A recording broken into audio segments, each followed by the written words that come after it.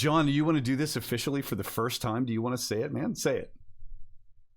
We are live. Whoa! Welcome, ladies and gentlemen, to Myth Brigade. Happy fucking Monday. It's Monday. That's about all I can say about that. Happy fucking Okay, mute the stream. We don't need to hear it. That was a great echo, though. Yeah. So we are here for the first episode, the first actual play session in our Savage Worlds Deadlands campaign. This is a bit of a prequel because the cast wanted to get to know the rules a little bit, and I thought that might be a good idea if I knew them too, which is good, you know. So we're gonna do that. We're gonna have a prequel, and instead of, I thought originally of making this sort of preamble kind of movie and putting that out there. But I think we're going to make the story as we go. So we're going to go from the prequel and we'll see where it takes these characters. And then the rest of the plot will kind of develop around that. Worked out pretty well, I think, for Cult. And I think it'll work out pretty well here. So, hey, Mike, what's going on? Hey, man. How you doing? I'm doing fine. And you? You're blue. You got that beautiful blue haze behind you. I'm blue. Yeah. I'm doing well. Just got back from vacation. Like last night, we went out to South Padre Island in Texas, which was an amazing place to be. The drive was awful though. So I'm happy to be home in my bed, but I'm sad to be away from the beach. I'm just glad you drove, if I'm being honest, right? So that way, yeah. Flying in a 20-hour drive or like 3-hour flight, but have to go through Orlando International on a disease tube. You don't want to be on a disease tube. No. It's bad. So no. Very cool. Well, we're happy you made it back. And did you bring any good? Did you do some research while you were in Texas? Did you pick up any pointers, any guns or anything good while you were out there? I did try to mimic the locals out there in practice, and I probably went into 15 different shops looking for like a nice cowboy hat. I couldn't find it. Yeah, I did find like this giant sombrero that was like huge, like these Matos has, but I did not.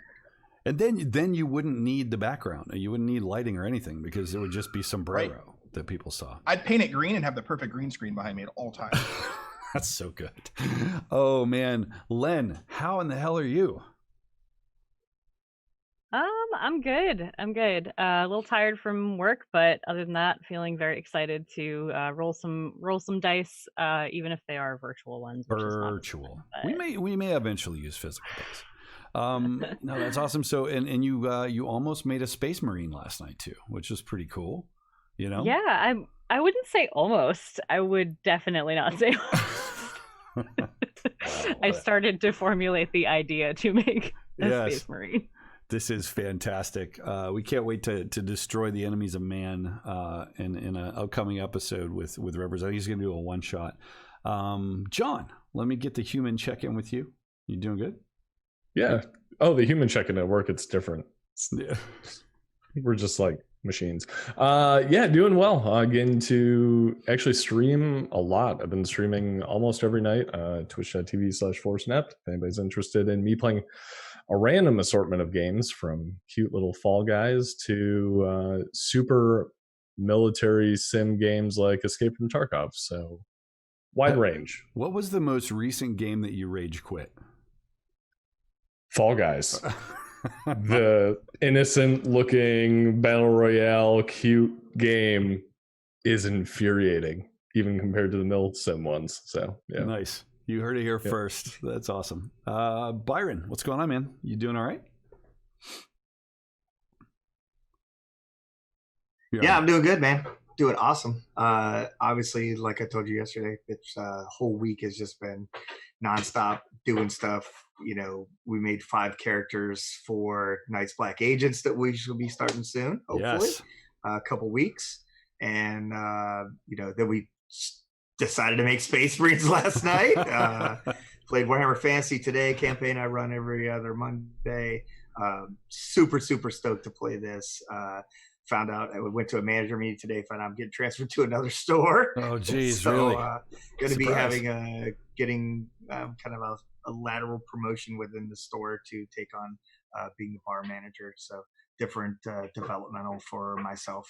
Very cool, man. at the good old job. But yeah, I'm excited.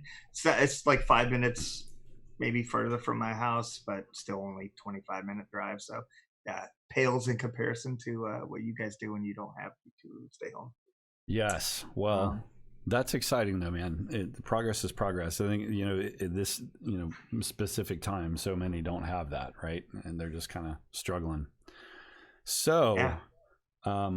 I am playing in Night's Black Agents. I'm playing I think I'm playing a Space Marine. I think I'm going to have I've pretty much decided my Space Marine is going to be barely functional. He's just going to be a giant stupid gun. But yeah, this is exciting. Work is terrible. We just put out the next to last episode of Rules Bites, which is cool for Warhammer Fantasy. We're winding that one down. I'm actually going to do a quick one for Savage Worlds. It's going to be like a 5-minute long episode, and you'll know everything you need to know on how to play the game. And then on to Call of Cthulhu, which is daunting. We're doing that in like a noir kind of motif with this sort of hard lighting and the suit and the tie and all that. It's going to be campy and stupid, but what's great is when my neighbors see me walking out of the studio dressed like that. That's going to be great. I can't wait. That's the best. Yeah. And then the Bitters album is almost done. We've got all the, music in there. It's not going to be any good, but it will be done. So that's exciting. That sounds exciting. Yeah. Being done is really exciting. You can go back to being done's really exciting. Yes. You guys ready to do this? Are you excited? Let's be Western. Yeehaw, as they say. Yeehaw! All right. As they say. Welcome to Rattlesnake Bend. This dusty little hellhole is a little more than a shit streak of stinking up the road to Three Forks. That, of course, would be an area just north of Tucson that boasts a few decent towns in the parched wastelands. Mind the word decent is a relative term this far into the Weird West. Tumbleweeds and suspicious stares are all that greeted you as you rode into this godforsaken little mining shanty. You didn't really expect a parade, but there's something about the people here that just makes your hair kind of stand on end. They're tired, suspicious, and they're damn sour. You come to Rattlesnake Bend with a clear agenda. 1, resupply for the road and maybe rustle up a piece of meat that didn't come from something smaller than your hand and ain't burnt to a crisp, thanks to Dobbs. 2, give the horses a rest. Old Murph's bad enough when he ain't baked and hungry, and Dobbs is right tired of being bit on the hand. 3, get yourself a barrel fever from whatever snake venom this little town saloon can muster, and see if you can't earn a little spare change with Ash's shooting and maybe Nate's forked tongue. Oh, and then there's a matter of the rumor you picked up back in Gulliver, suggesting that one Theodore Smith might have found himself a love interest in this godforsaken place.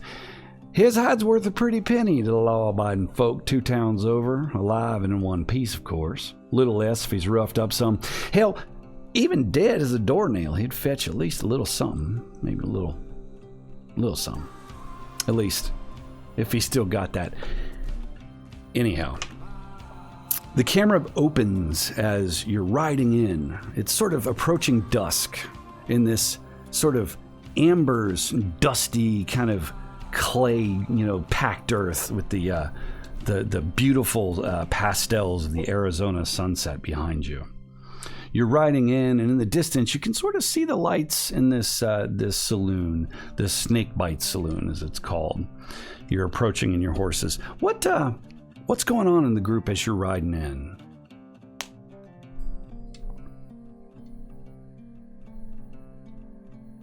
Riding in, John's got a cigar as per usual in his mouth. As at this point, hat's kind of tucked low, about ready to fall off my saddle, and ready to not hear the bickering of Nate and Dobbs and I'm blanking on the horse name. Hearing the bickering amongst all them. Murph.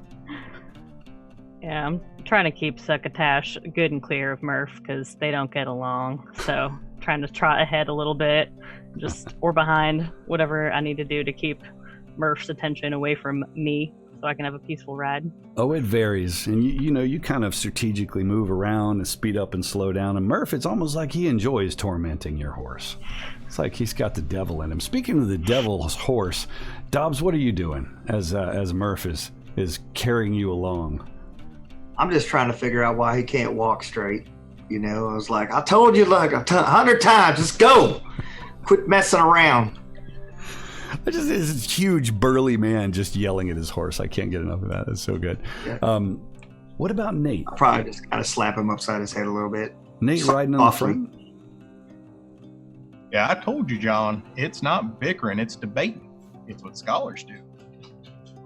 Right. Nate's just riding along.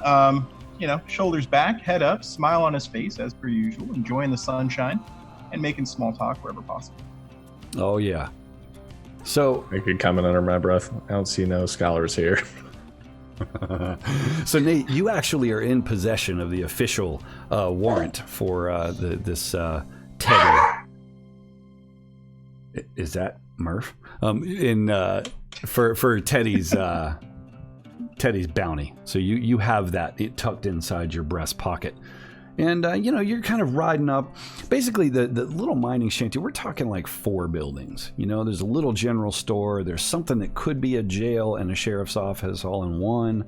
There's look to be a general, like, sort of leather worker's place.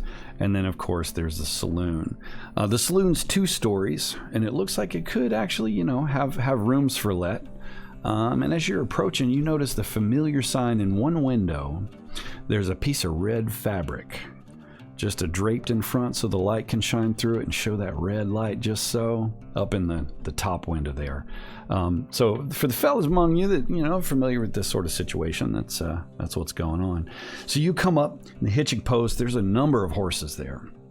Not quite as many as you would expect from the noise that you hear coming through the front doors, the sort of swinging front doors. You can see folks milling about in there. And again, it's getting kind of close to supper time as you kind of hop off your horses and start to tie them up. You hear this little boy's sound. There's a little boy's voice kind of off to the side and we're scampering from around the building. Y'all, I'll take care of them horses for you. I'll take care of them horses. Oh no, miss, let me just take that. He grapples with your reins, Ash, and kind of pulls them away from you. Do you let him take your horse? Hell no. I pull him back and I say, shove off, kid. Well, man, this is my job. I'm supposed to do this. My daddy runs this place. Just let me take your horse. It's fine. No troubles at all. Where are your credentials, young man? Is this how you talk to a lady? Go on, get. Dude, what? You give me an intimidate roll. Let's see. See if you scare this little guy. Let's get right into these dice. Oh man, I'm not skilled in that. So it's a D4 and -2. So you'll take a. Well, you get a 1. So that would be. Although your wild die is 3, so that's close. But he basically go on, get. I love it. He kind of steps back and. You all not to scold me. I ain't done nothing wrong. My job here is to take these horses. Well, you tie your own. Hey, mister. He walks over toward Dobbs. Can I take your horse? Son, I don't think the horse gonna listen to you. And I'm chewing a big wad of tobacco, and I just kind of spit right on the side of his chest, like someone spit. And I'm like, I don't think that's a good idea. I think you better listen to the lady. She's a little more gentle than this horse is. Murph will take your hand. I will take out a cent piece, I guess, you give a couple toss it to the lad and say, maybe you should just take a payment and get out of here. No need to share that with your father or whoever that may be. Why'd he spit on me? Mister, I ain't done nothing to get spit on, he says. He steps back. He straightens his little vest that he's got going on, and he kind of wipes it off. It's kind of stringy and, black and gross. He takes your money. Well, y'all have a good evening then. Kind of looks back at Nate. He's eyeing your cane, Nate. You're convinced of that. Tell us about your cane. Remind the stream, if those of you who haven't, kind of watched the character prep episodes. What do you got in your hand there, Nate? Yeah, so Nate has a long and elegant cane with an ivory handle, and it's mighty fancy. See, Nate got it from a real close friend of his a few years back after a very unfortunate accident, bless his soul. It's become something of a great possession tonight. So as you step up to the sort of porch, you notice, first thing you notice, he's kind of off to the left, slumped over, with his hat down. If you've ever been to one of those barbecue restaurants, it's got the statue out there of like the paper mache cowboy or whatever. It's like that, but it's an actual guy. He's snoring like crazy, and there's a puddle of vomit next to him. You kind of walk up and he, Sheriff, I'm fine. I'm not sleep. Oh, beg your pardon, fellas. Ma'am, he says as he wipes the vomit out of his beard. I'll just get a little rest. He smiles, checking out Ash, checking out the cane. He's a winner. You swing through the doors, and the music just surrounds you as this guy pounding away on this awful out-of-tune piano, which I wish I could play for you, but Windows Audio is bad right now for me, so sorry. The sound of people talking, these kind of small conversations, and if you listen closely, you can hone in on one, but it all sort of mashes together. All in total... Let me show you guys a map.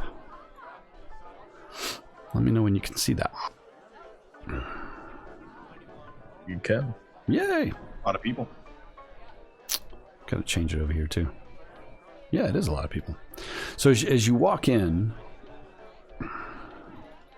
it's funny when you're broadcasting the map into the stream. If it's not focused right, it's just this weird box off to the left or something. There we go. So you kind of come swing and open the front doors. Who goes in first? I mean, I'd be pretty eager to go in there, so I'd be kind of hustling up. I'm looking for a drink and a card game if possible. Yes. Yeah, I'm probably right behind John.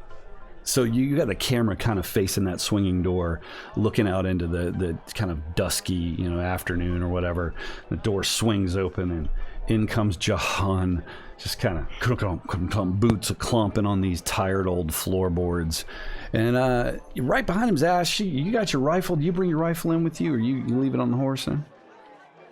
I mean, if anybody tries and stop me bringing it in, I guess I could leave it on the saddle, but I don't trust people's sticky fingers, so yeah, I'm toting it. Nice. Who's after Ash? I'll be last. You going in? Yeah, last? Nate's walking in, just taking it all in, enjoying the sunshine and smell of the dust. He approaches the door and sort of holds it open for Dobbs so it doesn't swing and hit him as he walks behind him, and makes his way into the saloon. Nice. Such a fucking gentleman. Dobbs just kind of stops once he walks in, kind of lets people kind of go ahead of him a little bit, so the door is shut right behind him, and he's just like the last person standing at the thing. So like anybody looking towards the door sees him and how big he is. He's got his double barreled over his back shoulder. The trouble is, Dobbs blocks out the sunlight, so the doors swing shut behind him, and there's just this hulking mass just casting a shadow into the place. Not many people stop. Not many people stop and kind of turn around. There are a few people, though, you notice, checking you out, especially kind of this guy down here in the corner. He's sitting by himself, right? And he just sort of seems to be very interested in Mr. Dobbs and you. A couple of the folks at the bar turn around and look, size you up. The piano doesn't stop playing or anything like that. Not yet. So you make your way to the bar. So let's say Nate. You don't drink, but what do? You approach the bar, and I think John, you were saying Jahan was going to find a card game, huh? Yeah. So Nate would go to the bar and order himself a whiskey, and turn around, leaning against the bar, holding the whiskey in his hand. Not drinking it, just sort of looking around and watching. So you go up and you kind of order a whiskey, and this guy kind of comes down and grumbles and said, "Hey, which you guess is what can I get you?" You turn around and say whiskey, and he kind of nods and walks off. He's coming back. Right about that time, John and Ash, you kind of walk up to the bar. Dobbs is kind of slow pedaling, walking through the crowd. You never lose track of him in the crowd for sure. You guys walk up to the bar. As he's getting his whiskey poured, I just kind of like smirk, knowing that he's not actually going to drink it and seen this routine before. And I'm just like, sir, may I have a pleasant gin, if you would, perchance? He turns and looks over his shoulder at you. What do you say? Just give me a whiskey. That's what I thought. He says. He turns back around, and you notice he's got like 3 bottles behind the bar, and he's got them kind of lined up, but it's clear that it's probably some sort of weird homemade hooch that you're drinking anyway. What about you, Ash? He comes back with 2 whiskeys. Man, what can I get you to drink? I like gesture to the whiskeys, and I just go 2 for me. Thanks. Start rolling a cigarette. He kind of glances over at John. You kind of nod. 2 it is. He was walking over and proceeds to pour 2, coming back with a nice double, which is what I'm having right now. Also lean over to Nate and just quietly go, hey, don't throw that one out when you're done. Yeah, I give you a little wink and a smirk. Dobbs, so you're kind of walking through. The guys get to the bar. You're not far behind them, right? You sort of pass through this sort of center section. One thing strikes you. There are a lot of fairly decent-looking young women. Not young women, kind of women of age, but they're awfully flirty as you walk through. The one on the end here, she kind of steps back as if she's accidentally, just kind of absently, right? She steps back in Dobbs' way and kind of bumps into him. Do you spit tobacco on her too, Dobbs? No, but she comes to an immediate halt as yes, she bumps does. into me because I'm a stack of meat. You, as she bounces off of you, give me a notice roll, Dobbs. Oh shit! Oh, let's see if I can figure this out. Where she run off to? Notice. I don't know if that actually. Oh, it did roll. But it didn't. It did something. It got. You did a 0. It rolled electronic. You rolled a 0. That's hard. Oh, that's cool. How does that happen? I have a D4 plus a 0. Oh, is it? 2 Okay. and 2? Yeah. -2 for something. Yeah. What'd you have -2 for? Didn't you start out with a Unskilled? D4 notice, right? Oh wait, no, yeah, you start with that. Yeah. So Also, the wild die. dice shouldn't be able to be a 2. Yes. Just That, click the button on the character sheet. But Do you have wounded selected by chance? Because it looks like the second number there would be wounds. Yeah, it looks so. The diamond, spade, and club under Yeah. health should be unchecked, so not filled in. Should just be like outlines of it. oh yeah, that's Looks what like it's You're just- applying penalties to all of them. It looks like it. You mean it should be checked? It should be filled in. No. No, Yeah, they they're should be not filled in. unchecked. I have 0 wounds on the Huh. character sheet. So is it your? It could be. Here, let me do this. So if it see was a what that negative is. 2, then you're going to have a roll of 2 anyway, which would have failed. There you go. I There rolled you in go. the, Fair- I rolled fair in the enough. chat thing Fair enough. with a regular die. You kind of But it's still -2, right? So it's still. Is it still minus? Still 0. I don't know. she What is it doing now? she bumps into you. Oh wait, Dobbs. no, yeah. No, it didn't do that anything, but She backs into you, Dobbs. Kind of boom, and you notice she sort of looks over her shoulder as you're looming there behind her. How do you react to her being in your way? I kind of pick her up and move Just her. move her. Well, she Just say- kind of as you push her to the side, she just sort of rolls her eyes, and kind of looks up at you and just straightens her dress and just goes back to her conversation as you sort of move her out of the way and get back on the path to the bar. You clear this kind of empty table. A few guys here at the end. Your buddies are kind of here. Let me just sort of move. Who do I have? I got you guys over here. By the way, Len, these are amazing portraits. I have to show them off toward the end of the session here. Kind of all bellied up over here. Oops. We get to finish the other ones at some point. There we go. So you kind of come walking up, and you notice as the bartender turns to kind of deliver the last round of whiskey, he sort of does one of these. He slides the glasses forward and notices your midsection, and then just sort of looks up. And he's kind of rough and tumble guy, but the look on his face is clearly like, holy shit, and you drinking some, partner? He says. Bottle. A bottle. You order a bottle. The bottle. The bottle. So he's got it, as he's been pouring it there. And actually, his speech impediment would have been, I guess, a little harder to recognize. But he glances at the bottle, slides it over to you. Let me know when you need more, he says. When the lady's out, we need more. He glances over, realizing suddenly that you've ordered the bottle for Ash. As her glasses, do you just pound those things, Ash? Do you just kind of drop them? I think I pounded the first one, and then I take my time. I think Ash probably turned around and was leaning back against the bar, drink beside her, finished rolling her cigarette, lighting it up, and taking a look to see sort of just what's going on in the vicinity. Nice. Taking it all in. Give me a notice roll while you're at it. I am actually decent at these. Not today, though. There's the cursor roll 20 going on there. Kind of glance around. You're smoking your cigarette and you're just sipping your whiskey, and there's just a lot of people, and this playing a song. It's a song that you recognize, kind of ragtime on the piano. It's so out of tune. I just It's cannot even. I keep glancing over at the piano, just wishing he would stop. Oof. What about you, John? I'm taking a look around and trying to find the closest poker game I can. There are a couple. So there's one. It looks like just these two here, these two folks, who are. It's a couple, apparently, or maybe a lady of the evening. You don't know, but they're just giggling and playing cards. And then there's a crowd over here. Oh, I can't click that because my cards are in the way. Over here. Kind of packed into the corner. Going there. You just head over to the bigger table. Crowd. Okay. That means more opportunities to take some money. Yeah, so go ahead and move yourselves just so I can keep track of where you're at. So you notice, you guys notice. I cannot move myself. Wait, what? Well, watch what I can do.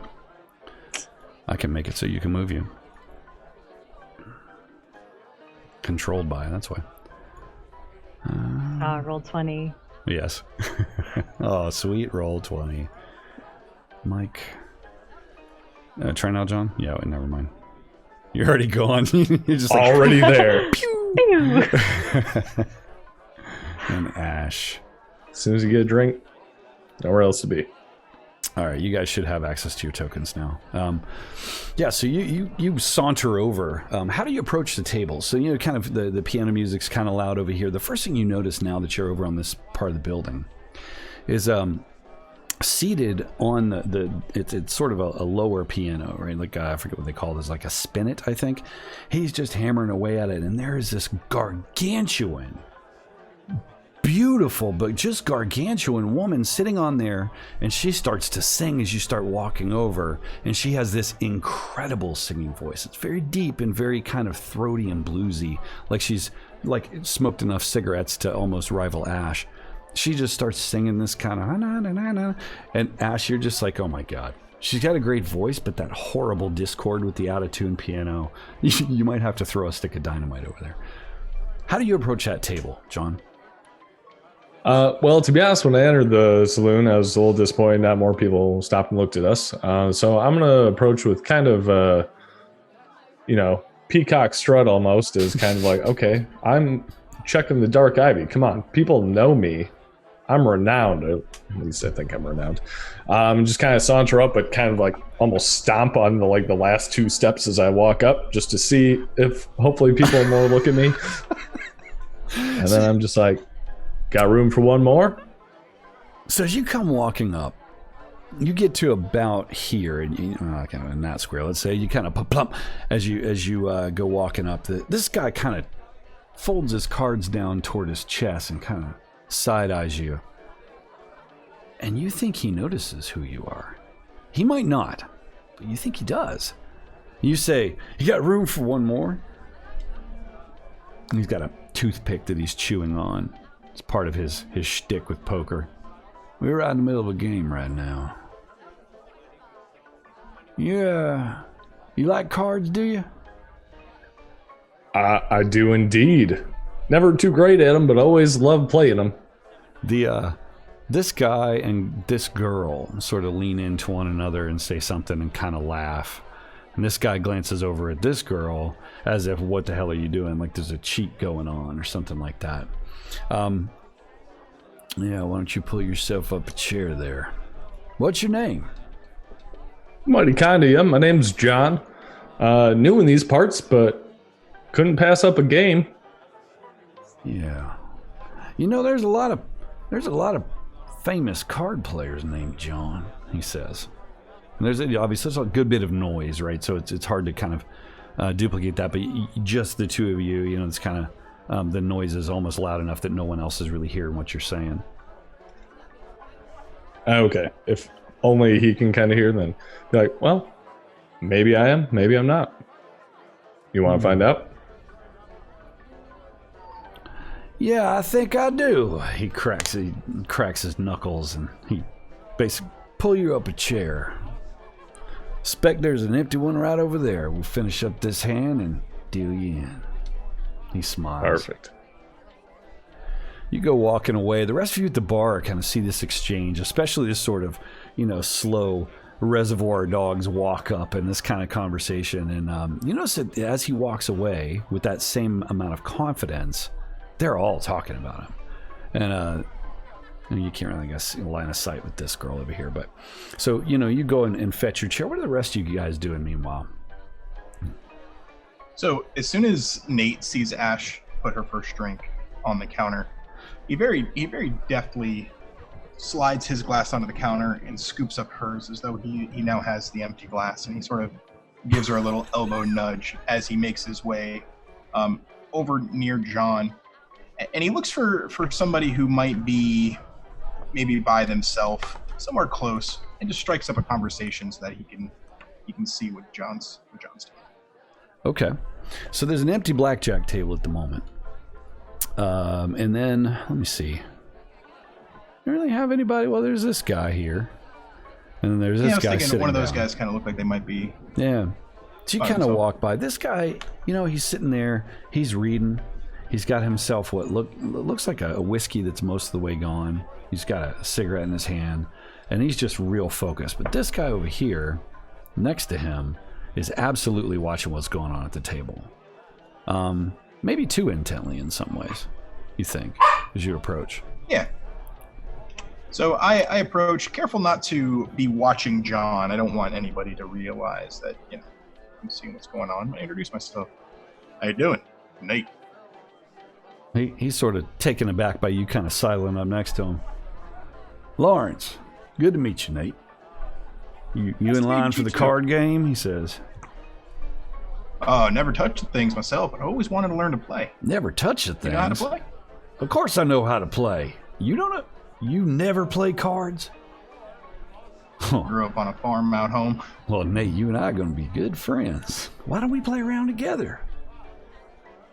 Oh, I couldn't. Would you mind? Would you mind teaching me? That'd be great.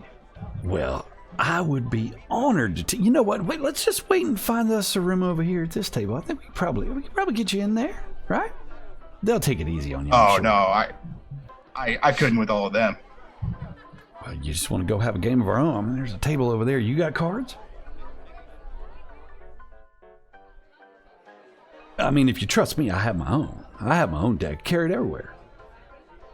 Yeah, absolutely. You look like an honest man. I'm as honest as the day is long. He smiles. He goes walking over this table. You know, this empty table over here. You follow him over? Yeah, I follow him over and prop myself up to where I can still sort of face the table. And I'm very much engaged and I'm very much polite. But I've got an eye on what's going on with John. So, you know, John, you drag a table, you kind of approach, and obviously kind of, you know, as a seat taken, drag the chair over. Ash, what are you doing meanwhile? You're probably most of the way through your second whiskey, probably getting a little bit of, and then that third one slides in as Nate. Yeah, no, as Nate slides the third one and I see him, I kind of watch him for a second as he's making his move, and I think, do I get an idea of like that he's gonna sit down and play cards with this guy, or is that pretty apparent? Yeah, for sure. Yes. Yeah. I guess I hop on over here and kind of give Dobbs an elbow, and then nod to the table, like right here, and then grab the bottle and the shots. Do the great put my fingers in the cups and grab them all, and then grab the bottle. Nice. And I want to position myself to be like over here, so that I can have kind of an eye line on what this dude is doing. Okay. Yeah, you see him kind of walking over with Nate, and they sit down, and they're just chatting it up. And, you can see Nate just is doing most of the talking. This guy pulls out a kind of bent up deck of cards from his coat pocket. Kind of does, kind of quick assessment and starts to shuffle. Dobbs, what are you doing? Well, taking a kind of a hint from Ash, Dobbs will just he's gonna kind of go over here, but he's gonna turn. He's not gonna sit in my seat. He'll actually move to the right place. You stand right in the middle of the table. Nice. Anyway, the chair opposite Lynn. Oh, there you go. The one that normally would have the back to the gentleman at the table where Nate would be. I'm going to kind of turn the chair so that the back of it is facing the bar, so I can see both the door and everything that's going on with Nate and John. Okay. Just kind of pour kind of a heavy drink out of the bottle and just down it, slam the shot glass back on the bar, on the table. So it's funny because between the two of you, in very little time, that bottle will be gone, and you'll need another one. And I'm also going to spit some tobacco on the floor, which isn't uncommon. But the amount of volume that you get, it's just kind of, it's pretty awful. People. Hey, Dobbs, do you ever consider smoking? That shit is disgusting. You keep spitting it all over the floor. Well, I'm sorry. I mean, I don't want to spit it on you. No, on the floor is good, but I'm saying that's rude. Never mind, it's okay. Where else would I spit it? I can't spit it in the glass. I'm drinking. You know what? You are absolutely right, my friend. You are just that. I didn't even think of that. Incredible. I just turned my attention back to the. If they didn't want me to spit on the floor, they have like one of them spittoon type thingies or whatever. I don't know. It's all the way over there in the corner. Yeah, I started to ignore Dobbs and just start rolling another cigarette as I'm watching the other two. So at one point or another, the girl who sort of bumped into you kind of makes her way over. And, evening, you two, she says. Real sweet southern voice. Y'all just here visit? She says, quizzically. A big smoke in her face. Yeah, her perfume hits you like a fist, Ash. It's just like, whew, and it just mixing with your smoke. You're like, oh my god. Y'all staying for long? I don't believe I've seen anybody like you around here. And she kind of puts her hand on your shoulder, Dobbs. I put my hand on top of her hand, and I'm like, honey, there ain't nobody like me. Them folks died out a long time ago. Well, I'm wondering if someone as big and strong as she would buy a girl a drink. Ash, what do you say? I'll pour a little bit of the whiskey, just a tiny bit, just enough to cover the bottom of the shot glass. I was like, well, I think this is all about Ash can spare. She glances over at Ash, who's kind of like, "You're not giving away the whiskey, you know what?" Ash, what do you do with this girl? I'm straight. I'm doing the thing where the cigarette's like halfway out my mouth, and then I have the drink ready to go, and I'm just looking at her like, are you finished here? Give me an intimidate roll, and it's going to be easy because you're fucking scary with that. Gets a +2 for your roll. Oh, good. I need it. What? So there you go. So 4 is a success. I don't know why your wild die is coming up to be 0, though. That's weird. Is that because you don't have any advances in Intimidate? Is that why? Yeah, I'm unskilled in Intimidate, so I think it was -2. But then... yeah, I need to look at that. Okay. So anyway, you get her there with the cigarette hanging out of your mouth, kind of giving her that look, and she was literally sitting down, and she pushes the glass back toward Dobbs, and I see. I'm so sorry. I'm so sorry. Oh heavens, and she just kind of walks away. Wait, over I got a poem for you. She stops and looks at you curiously. I've been practicing my poems. A poem? I feel you might be the right person to listen to this. Oh. So, and she glances at Ash again. What's Ash's expression like? I'm just looking at my glass of whiskey. I've stopped paying attention. I'm just gonna let this play out. Okay. I'm like roses are red, violets are blue. And if you're done here, we'll bid you adieu. She does this kind of flutters her, well, yes, but you have a good night then.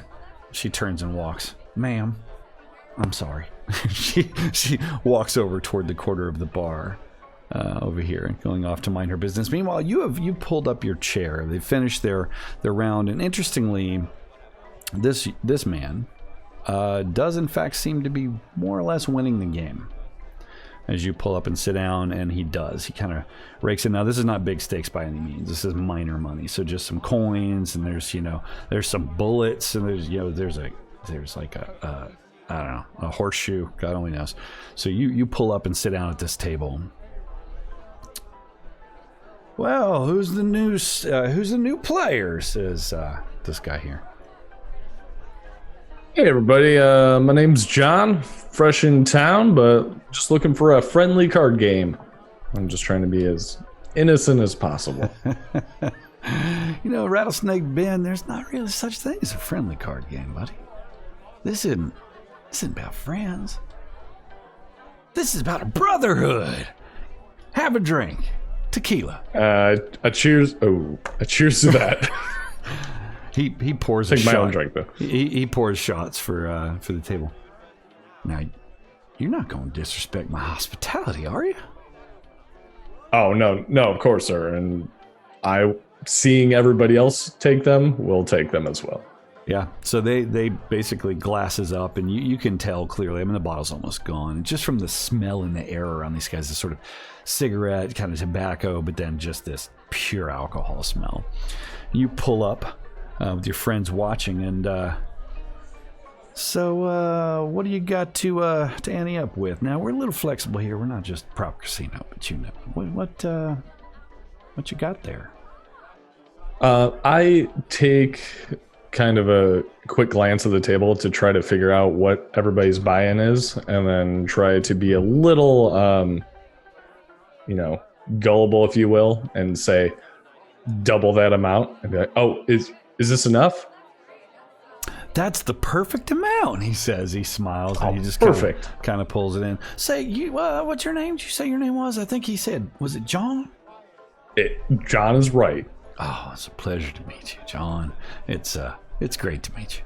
Now, I gotta sit down. My name's Teddy, and this here is a game that we're gonna. And he just proceeds to slow pedal into the rules of poker, and he's almost got him kind of right, but he's not really doing a great job of explaining to a newbie. So I do hope you understand how this game works. He winks at you. Oh, well, I'll do my best. I played a few hands here and there, but I'm sure I'm not as skilled as the rest of you, as far as you can be with cards. Well, why don't we just do this thing? And he deals out a hand. So you get your 5 cards, and the way this works basically is you simulate just for speed, right? You simulate an hour of gambling with a single gambling check. We're going to call it a half hour, because I can't imagine your friends just sit there and stare at you playing cards for an hour. It's pretty boring.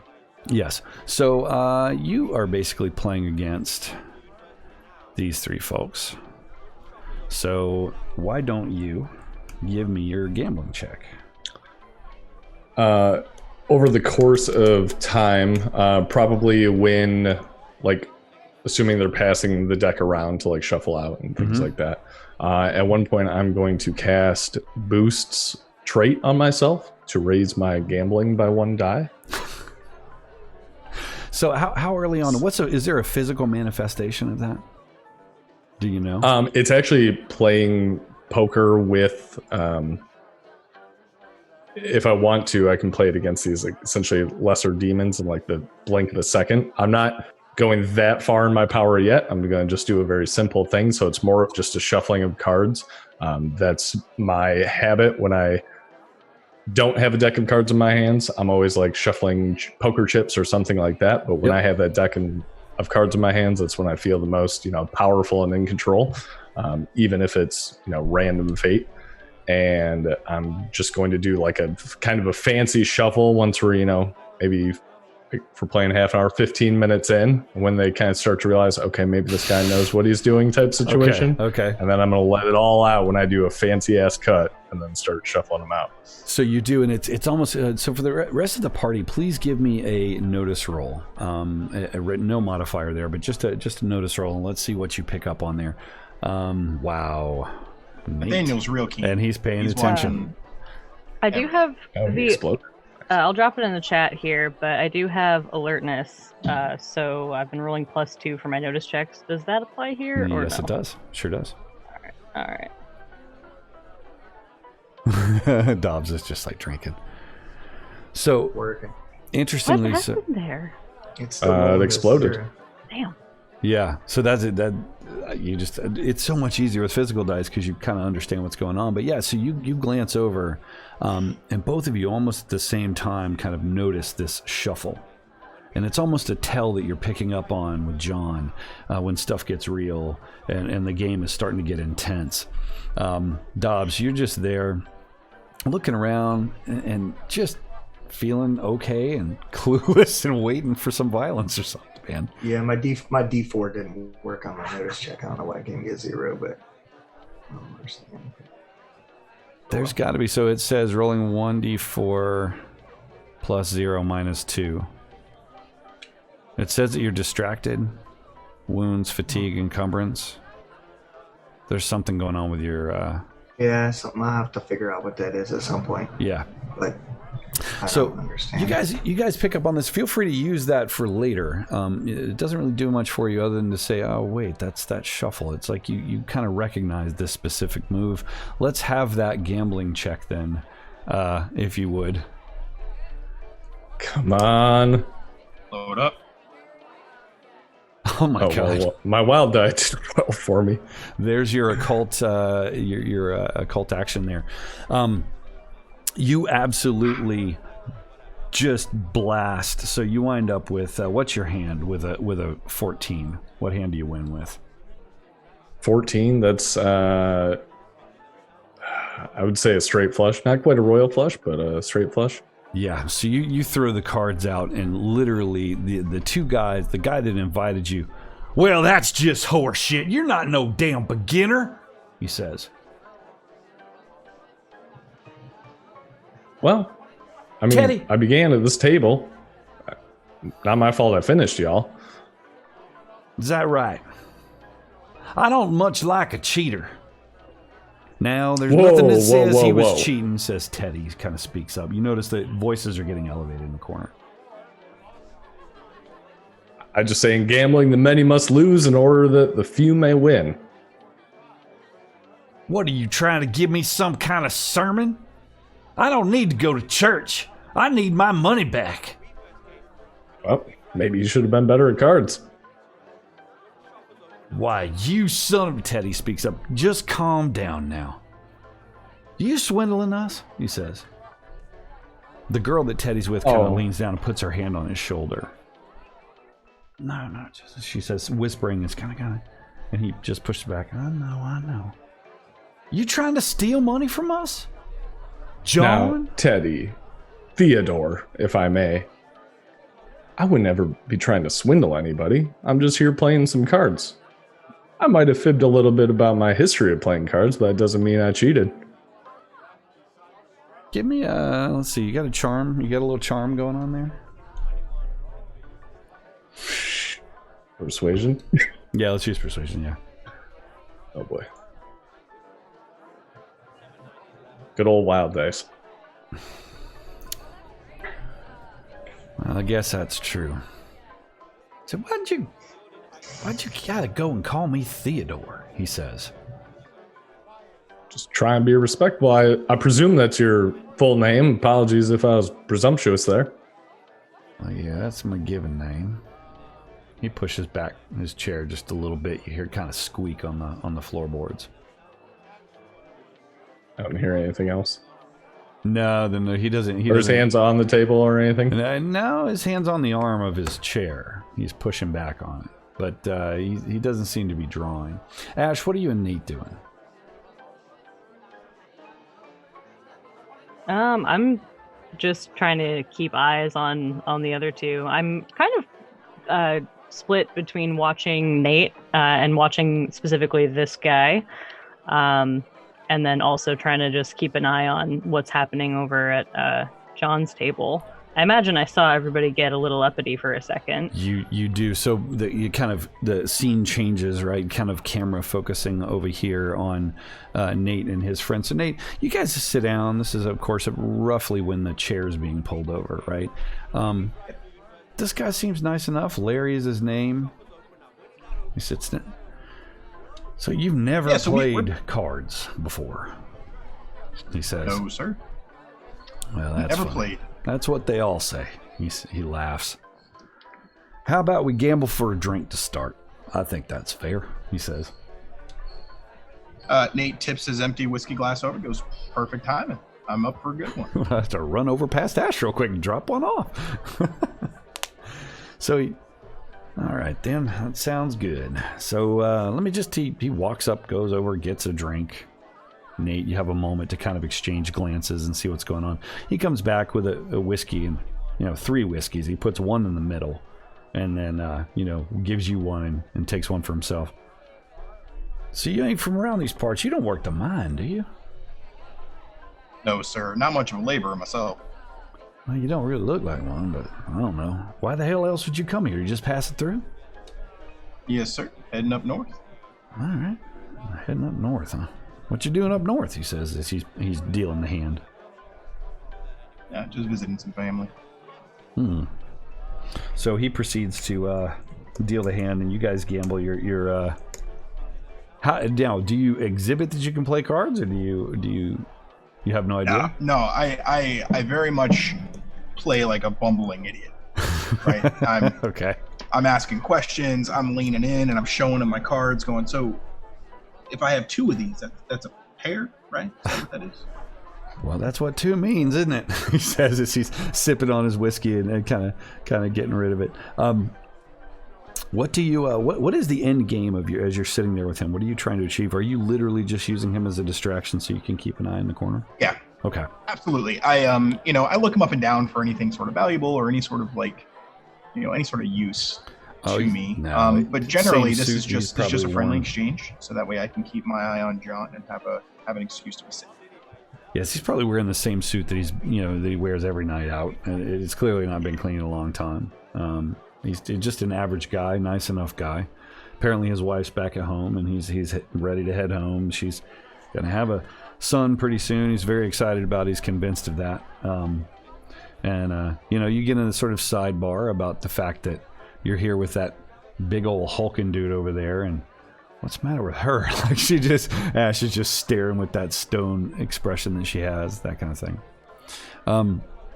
So that goes off without a hitch, and you basically lose, and wind up, he gets crocked because he's gambling for drinks and he's getting you one and him one, and before long you're just sliding him around and he's drinking them and he's just sitting there and Ash is sitting there staring, smoking.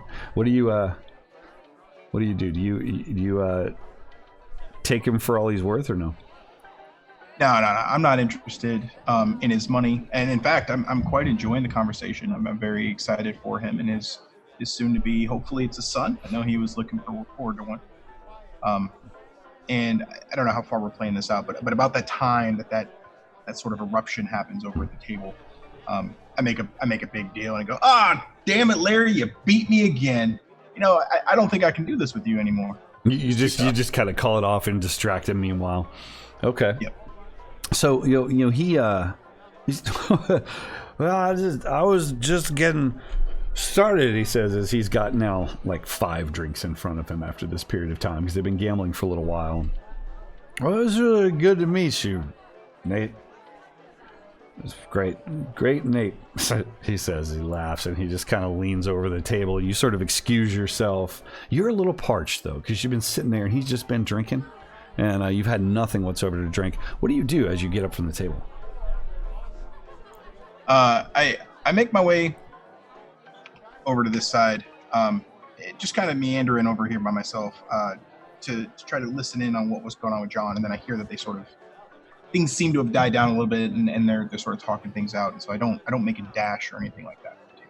Okay, so you kind of you listen, and kind of flashing back over as the camera pans back to John and Theodore. Well, why don't we just sit down? Settle this like gentlemen, and play another hand? All or nothing, come on. Why not? Why not? What's there to lose? He laughs. He kind of, what's there to lose indeed? He sits down. I'm not going to play that. No. It's just me and John here, I think. That's what I think. Mano a mano. A true duel. He cracks his knuckles. Nobody needs pistols. Cards are what we need. Who said anything about pistols? You threatening me? He says. Poor choice of words, friend. Playing cards, that's all we're playing. Hands are up here. I damn well better be. He's I don't want no trouble. The girl that's with him here kind of leans in again, and she whispers something, and she's shaking her head no, and she's holding her hand up, so you're not sure what she's saying. I know. Can you excuse us for 1 minute? Of course. Why don't you get him a drink real quick? We step away. So the two of them walk away from the table together, sauntering right past Nate, kind of go over in this kind of blank spot over here, and are having a conversation. Well, they're not right next to Nate, obviously, grids being what they are, but they kind of, you see these two walk past. She smells nice. She doesn't, not that offensive perfume. She's just a girl, right? She's not one of the local employees or whatever. But she approaches him, and they kind of get close and start talking. What do you do? So, as they walk by, as Theodore walks by, he sees me sort of patting on my. Excuse me, sir. Could I bum a cigarette from you? Yeah, I reckon you can, fella. As he pulls his jacket back, I'm looking for a gun. Has he got a pistol on his hip? Yep, he does. Absolutely does. I take the cigarette with a real deep thank you. Thank you very much. I appreciate that. Trying to quit these things. Give me a notice roll. Sure.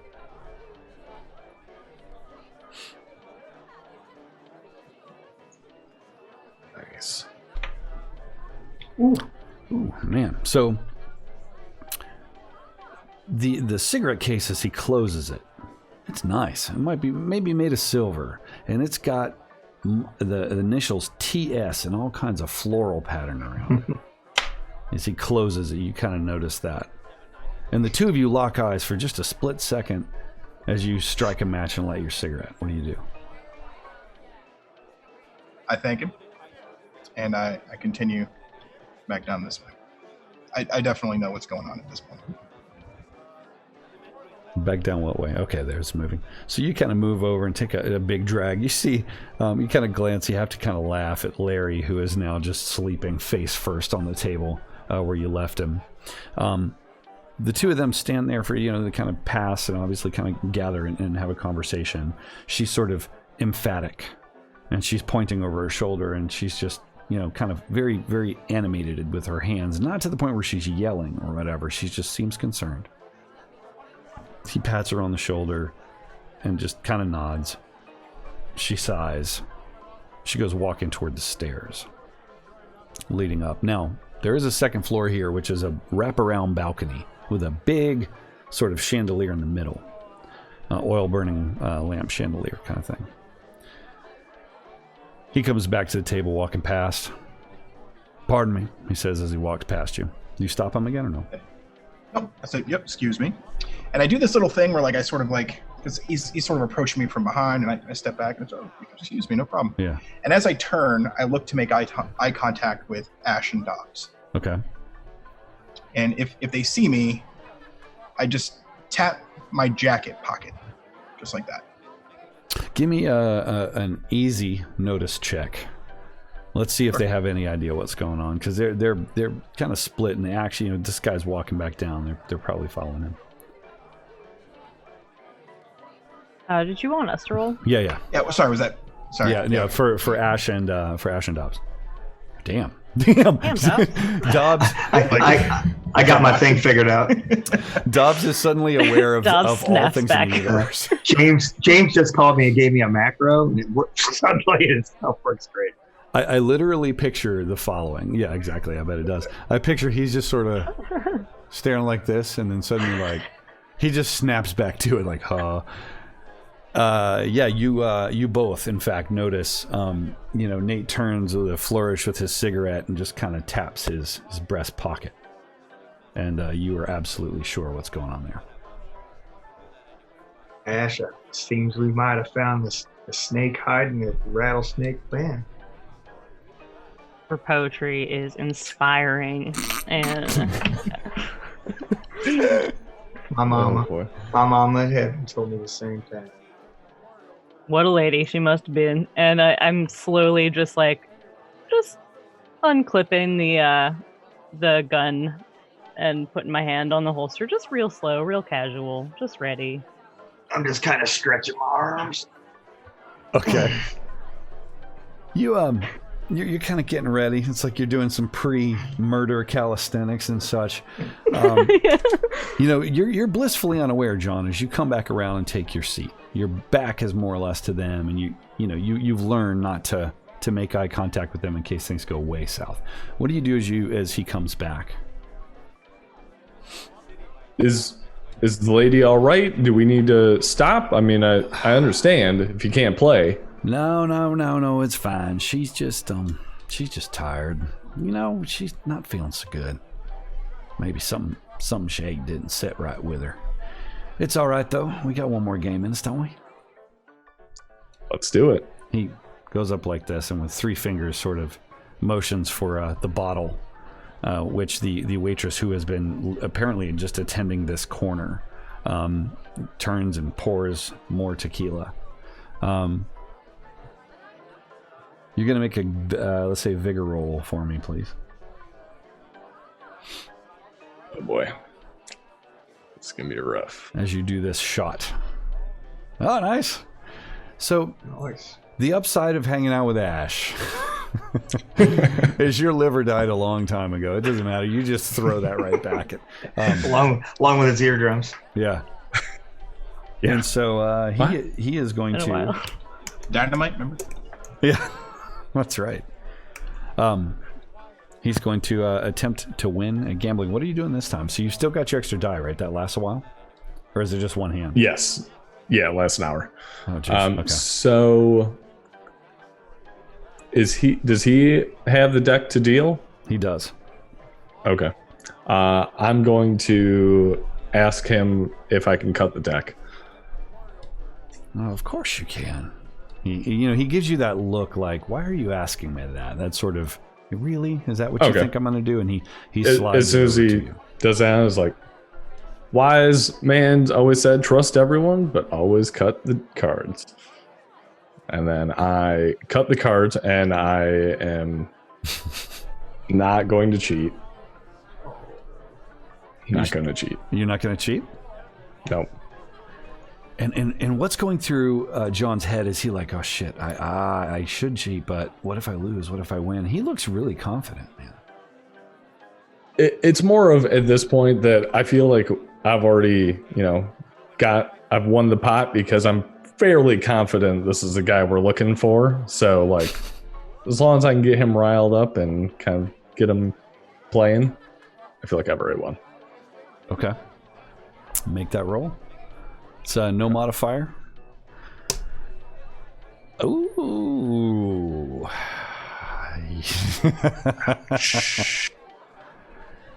So, ouch. What hand do you have, and what hand does he beat you with that's surprising that you just wouldn't have thought? I think he's got maybe 9 high with that hand, and I've got nothing. Yeah.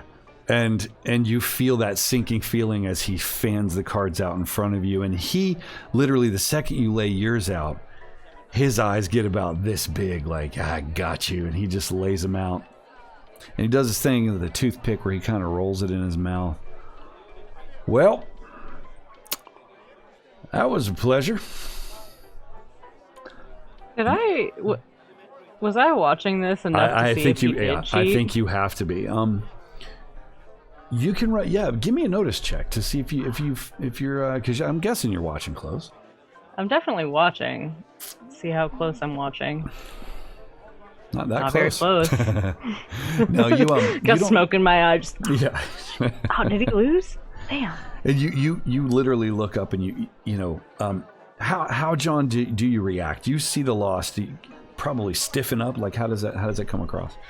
Yeah, I'm pretty shocked at that point. I'm not used to losing, let alone, on a kind of one-on-one type scenario. And I kind of look dejected. I try to show my emotions, but at the same time kind of reserved. Yep.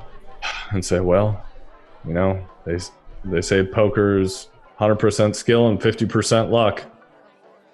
Is that what they say? Well, you know what they say is that those who win back their girls' jewelry and their salary, well, they live to see another day, as he scrapes all the money back. And he seems like a likable enough guy. Now, I do want to point out, you guys have bennies, and I let that one go because I like how the story played. But remember, you can always use a benny to re-roll. And you get 3 of them, and they go away. Oh, Dobbs gets 2. But just remember, so you've lost, and it's just this moment where maybe there's a greater win here, you think to yourself, as he scrapes it all, and his takes his hat off and scrapes into his hat. He's got a horrible receding hairline, you realize. It's like all that hat wearing. What do you do? Can't say, well, Teddy, I'm not one to often say good job winning, because it doesn't rarely happen, but you did well tonight. You going to be playing any more around these parts? Well, I mean, I live around here, but I don't know if I'm going to be doing much gambling for a little while. If I'm being honest, he points up to the upstairs. He stands up. Say no more. Starts to walk out. When he points upstairs like this, I'm taking that as a cue that he's about to leave, basically. And so, can I make it over there to the blackjack table or whatever that is, that table down here? Yeah, so you've got your pace in squares, basically. It's like 1 inch or something. So yeah. Yeah, my pace is 6. So oh yeah. Let's see if I can make it there. You'd be right. So I'm gonna see 1, 2, 3, 4, 5, 6. All right. I'm just gonna kind of come over there. Okay. I'm just gonna kind of whisper to, or just kind of say to Ash as I get up. So it's like, looks like business is about to pick up, and I'm gonna move over there. And is that a woman or a guy standing there? I can't really tell. You can't really tell. No, it is a woman. She is dealing blackjack. Yeah. I'll say, Missy, could you explain this game to me? I'm not so sure I want to play, but I got a couple dollars. Might be interested in laying down on these things here. She smiles. I will be happy and I kinda to look- explain. I kind of try to make eye contact with Nate and just kind of nod my head. Okay. Yep. He sort of gives you just a little dip, to acknowledge that he did, and he just keeps scanning. So the crowd starts to break in. Of course, they're all like laughing and just like, "Oh, that was a great game," and patting around. And at one point or another, you get patted down, John. Not where your wallet would be or whatever. Just kind of pats on the shoulders and on the back, like you've proven clearly that you weren't cheating because now you've lost everything, right? So they kind of start to disperse. What do you guys do? As he walks along, he says, his goodbyes. Basically, gentlemen, it's been fun. John, it was great to meet you.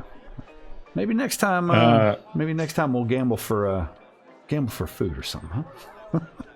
Sounds good, Teddy. And I just kind of give him like a fake cheers, and as he turns away, like I don't drink it, but I stand up immediately and kind of like start following behind him. Okay. So he comes over to the stairs. And what do the rest of you guys do as he's walking along?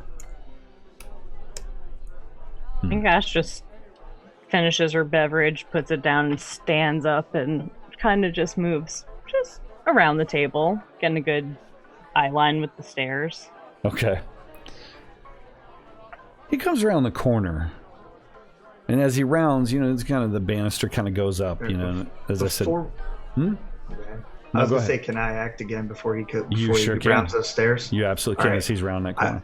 I wanted to kind of cut him off by like going here. And as I go there, I'm going to I want to get really excited about the game and be like kind of talk with my hands. And I'll be like, holy cow, this game sounds pretty good. And I'm going to bring my elbow up and just try to crack him right in the side of the jaw with my elbow.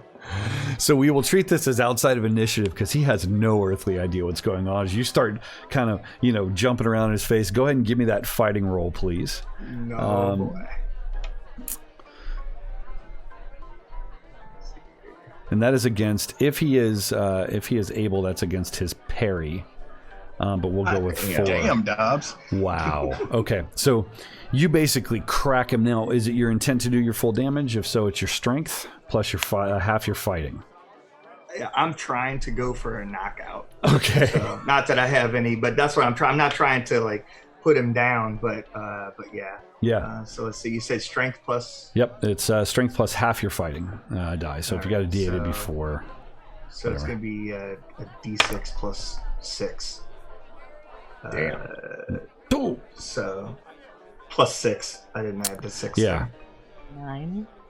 So you absolutely 9. So tell me, what does the camera over your shoulder see with that elbow? What is it? What happens? What you hit him? Right I'm like, holy cow! This game is so awesome! And I just kind of throw my hands up, and my elbow comes back and just catches him right on the corner of the jaw. And as his head snaps around, I'm like, he probably hits the wall. He turns, he literally spins toward the stairs because you're like, "Kapata!" And he basically spins and goes face first through one of the wooden stairs supports for the banister and then topples back down to the floor, falls at your feet. He's still awake, kinda, but he's definitely dazed. I'm going to lean down immediately and like, oh my God, and act like this is what the hell just happened. Okay. And kind of lean down and help try to pick him up. And I'm going to try to like pick him up and act like I'm helping and stuff. Oh, let's take you outside and get you fresh air. And try to walk towards the door with him. So Dobbs, what, you were going to do something else as he dropped to the ground? Yeah, I was kind of going to do the same thing John was. I was going to like, oh, I'm so sorry, buddy. It's not a problem. We're going to get you outside right now, get you some fresh air. Not many men get back up after I hit them. So you stand him back up, and I mean, his head is lolling around. He's just kind of weak-legged, and he sort of just looks at you and and puts his arm over your shoulder stupidly. He has no idea. I kind of grab around him like this, kind of like that Weekend at Bernie's thing where we both have a hold of him. Yep. So that we can John and I can kind of steer him out the door. Ash, give me a notice roll from where you are. Yep. Nate, are you still back here just kind of watching this unfold? Just waiting? Okay. Yeah, I'm kind of watching the guys in the bottom corner to see how they respond and if they're gonna get all uppity or if they even notice. So yeah, that's a great. So you're watching that direction, and they're kind of fanning out. At first, it's like they're waiting for trouble. You know, so one guy's pushing up his sleeves a little bit, like, okay, I'm ready for a scrap, and they kind of are assessing what's going on, and they realize, oh man, and you can hear them kind of calling out to these guys. This guy over here says, hey, wait, we'll help, we'll get him. He's fine. He's with us. Dobbs, you don't even hear it because you're making such a commotion. Give me, please, John, give me a notice roll with easy, please, as you move past the table, kind of carrying him over your shoulders. Okay, that's +2. Mm-hmm. Wild die saves you every time.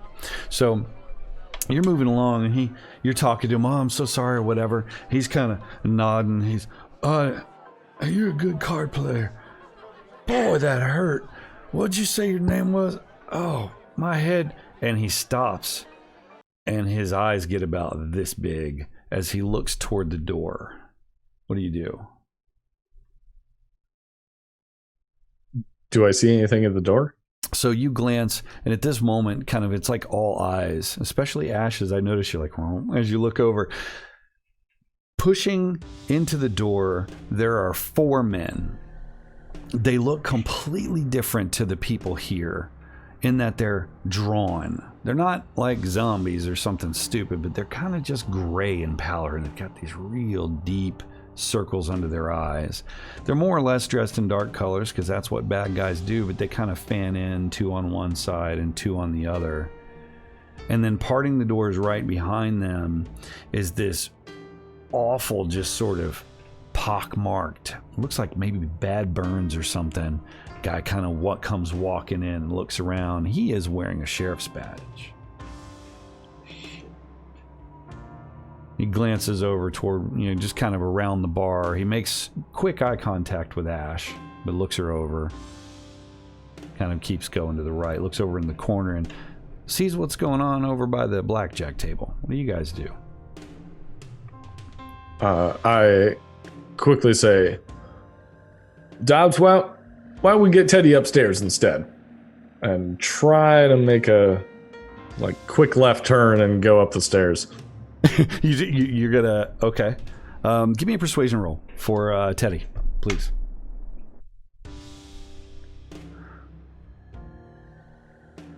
Double explode.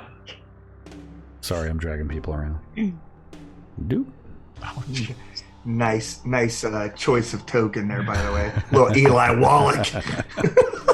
And they're not the clothes. Only people in full color, they're bad guys. They're not clothes. What'd you say that?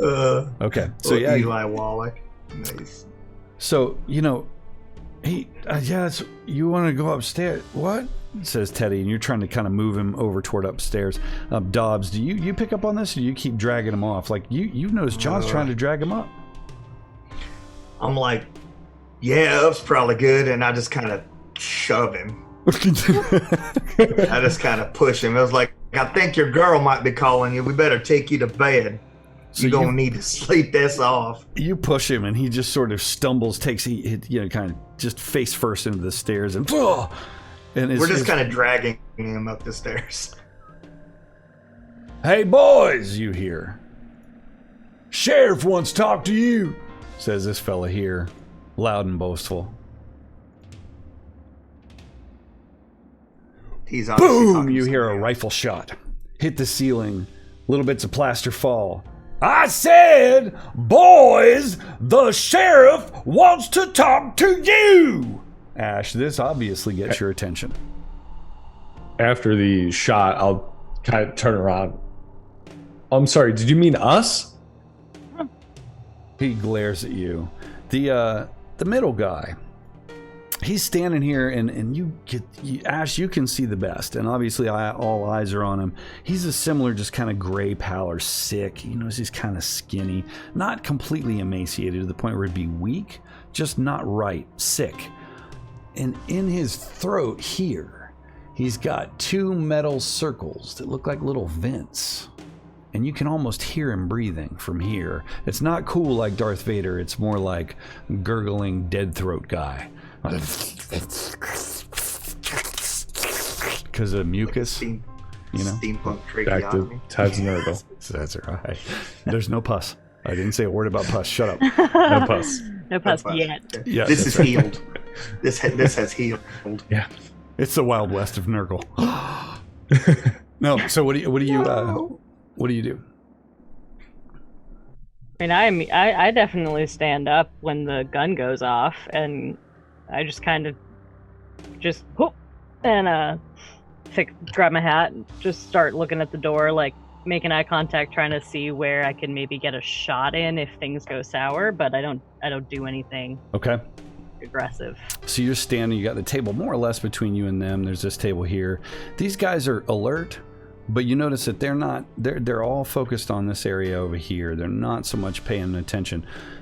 The crazy thing that you pick up on, though, is there's an awful lot of folks squishing back into corners to get away from what could happen, and it's clearing out very quickly. Can I start moving with the crowd at all? Just be like back away a little bit, yeah, like you towards sure the can. door. Yep. So you kinda, Do I see? Just out of curiosity, did I mark any other like exits to this building? you when I did came not. You did not. You would guess there's one behind the bar, because you have noticed the bartender coming and going, and you know how these things work. There's a door that leads out to water barrels and things like that. Yeah. So I keeping level with the bar. I just start moving with the crowd a little bit. Okay. So this is kind of what's happening as he's saying bang, and of course they run when there's a shot fired. More or less, people kind of the guy in the piano stops. The lady sitting on the piano stops, of course. And you say, what was the last thing you said, John? Did you mean us? Yes. I damn sure did mean you. The sheriff wants to talk to you. My apologies. There was a little bit of a mishap here. Dobbs, why don't you take Teddy up here upstairs and get him? Well, I'll go talk to the sheriff, and then just kind of playing off like he's still helping him, and then I'm going to carefully walk towards the sheriff. You start walking the sheriff, but I don't think anybody needs to leave this room. You hear this reverberating voice kind of come out of this guy, and it almost kind of comes from under the floorboards because it's really low and just gargly. Bring them all here. Now, he says. And then there's probably some mucus or something on it. Dobbs, maybe you should bring him over here. I was like, I think we're gonna have to go over there. Is it Teddy? Teddy, we're gonna have to go over there, Teddy. He pushes back against you. No, you can't. He pushes back against you, and I mean, he's got a big swollen spot where you kind of nailed him in the side of the face. Right. He gets you. No, please, don't. Let me go. We go to the back door. Does he have anything on him? Back door. Go to the fucking back door, he says. And he pushes. Does he have anything on him? He does. Like, he has a pistol at his side. He has a pistol? Mm-hmm. All right. I'm gonna reach down and take it.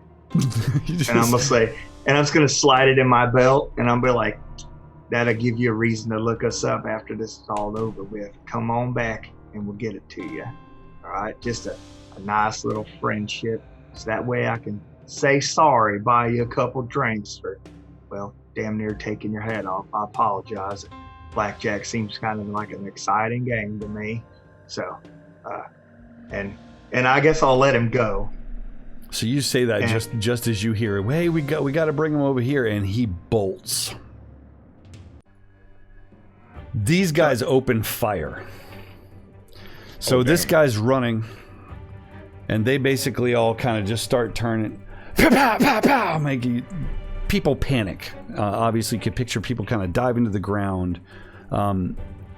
Teddy dives to the ground in the crowd, but he's out there. They fire one round, and everybody hits the ground. Nobody's going nowhere, says the lead guy once more. as the sheriff steps forward toward John. You can smell the faint smell of cloves and some kind of, you don't know, some sort of spices of some kind. I'll just do it. Got it. Through the vents, right? You hear that horrible sound. I reckon there's been a problem in these parts, he says. Who the hell are you, boy? Well, Sheriff, sir, and I'm still kind of like trying to make myself believe that this guy's the sheriff. My name's Ivy, John Ivy. New to these parts, but frequenting this well-established saloon you have here.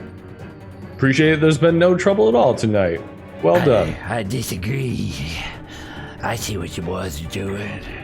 Don't you think I know a wanted man in my parts? As he Me? coughs it. No, not you, you nitwit, He says, not stooping to the level of cursing. I know you come for Teddy. I know what you were doing. That bounty's mine.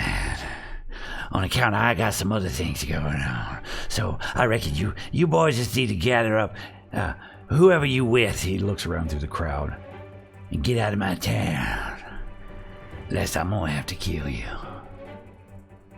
Give me a notice roll as you're standing there. I'm going to make it easy for you because you're hyper aware. Oh. Oh, well, +2 doesn't go to the wild die. Does it? No, but he's got blood all over his badge. And it's been there a while. Little crusty stains. Do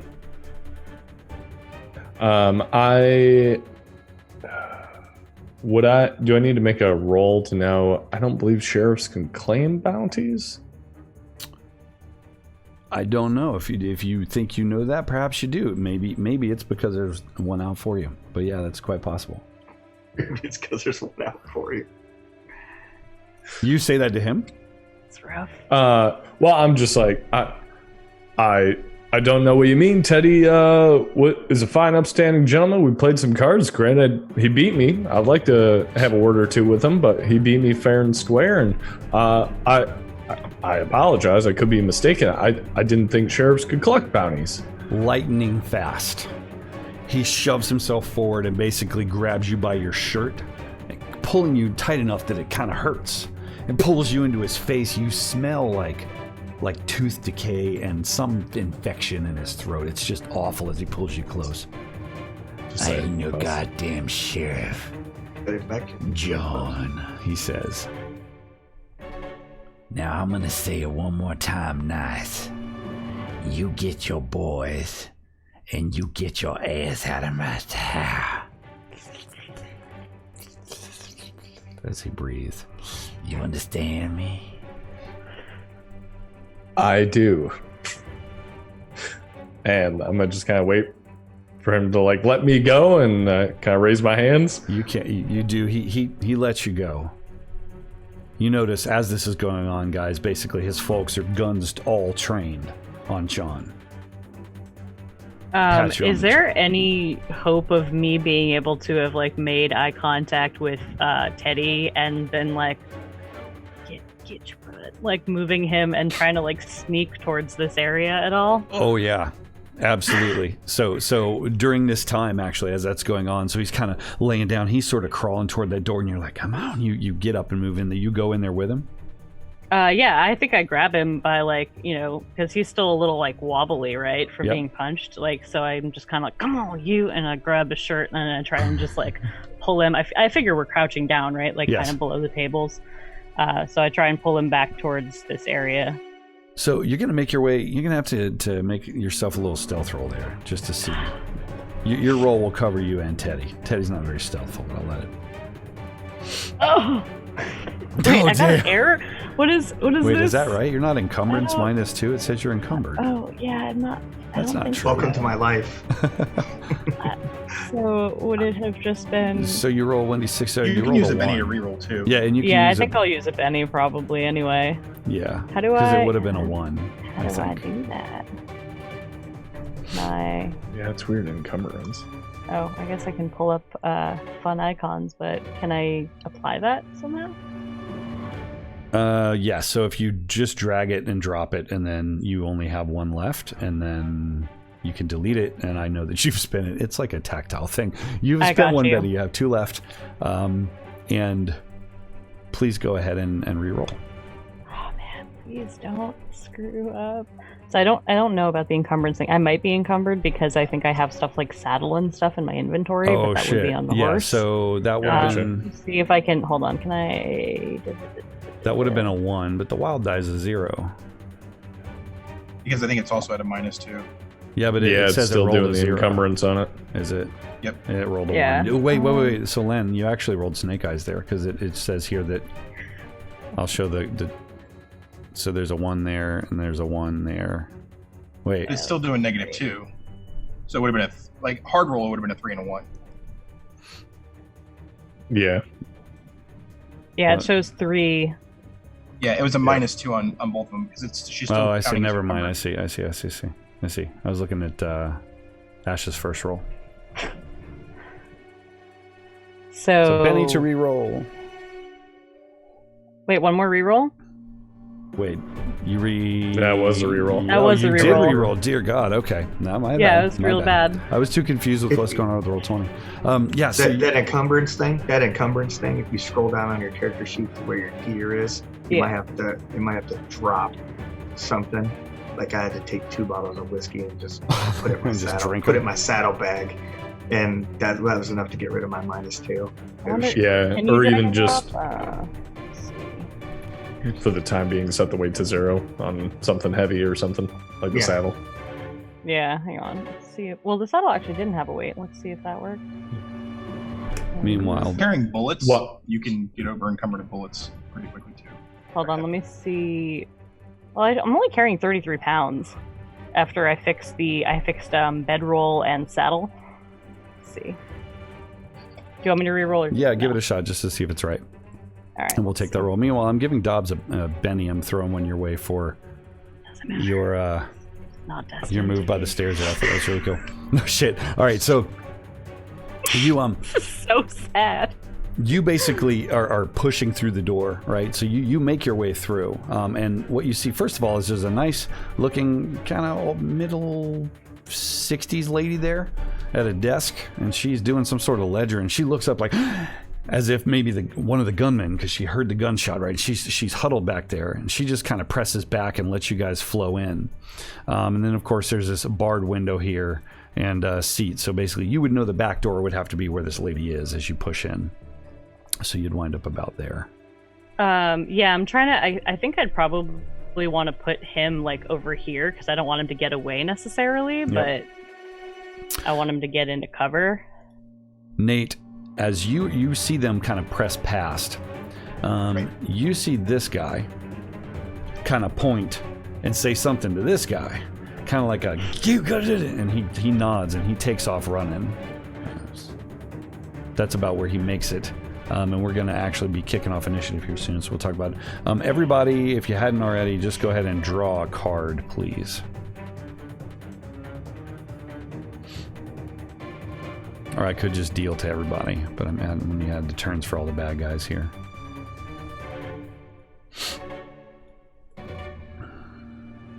That was not the card button. That's not what I meant.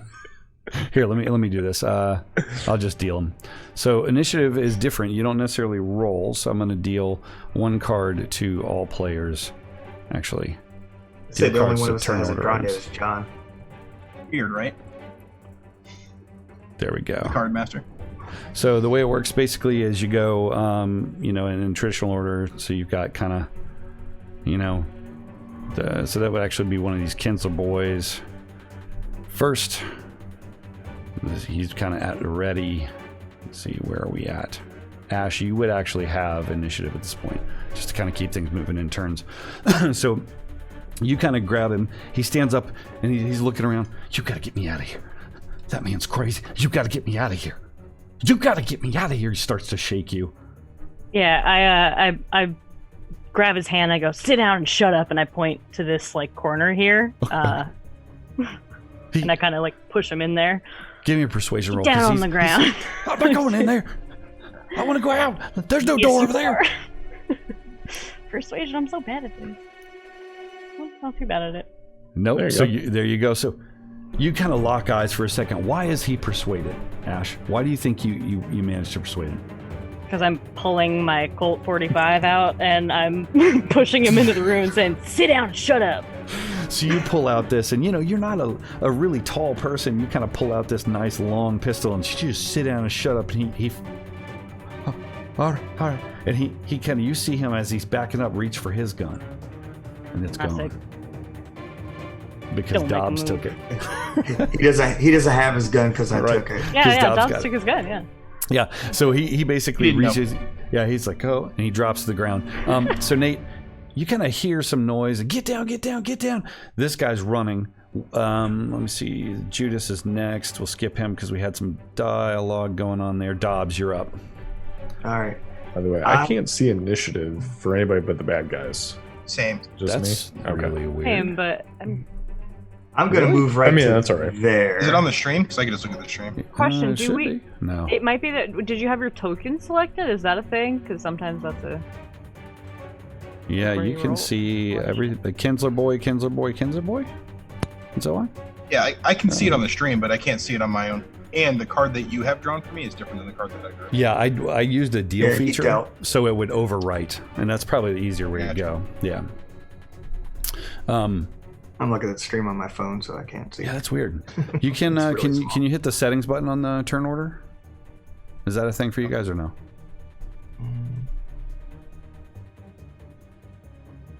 I don't know. All right, so it's Dobbs' turn. Nate, you're up next, by the way, Nate. But let's I'll call him out, and they're on the stream.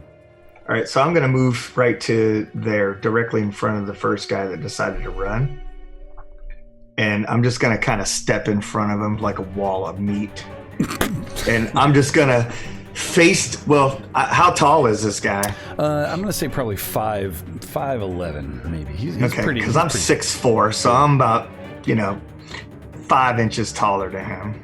Okay. And I just kind of step in front of him, kind of put my chest like kind of close to him, and I kind of lean down and spit tobacco on his boot.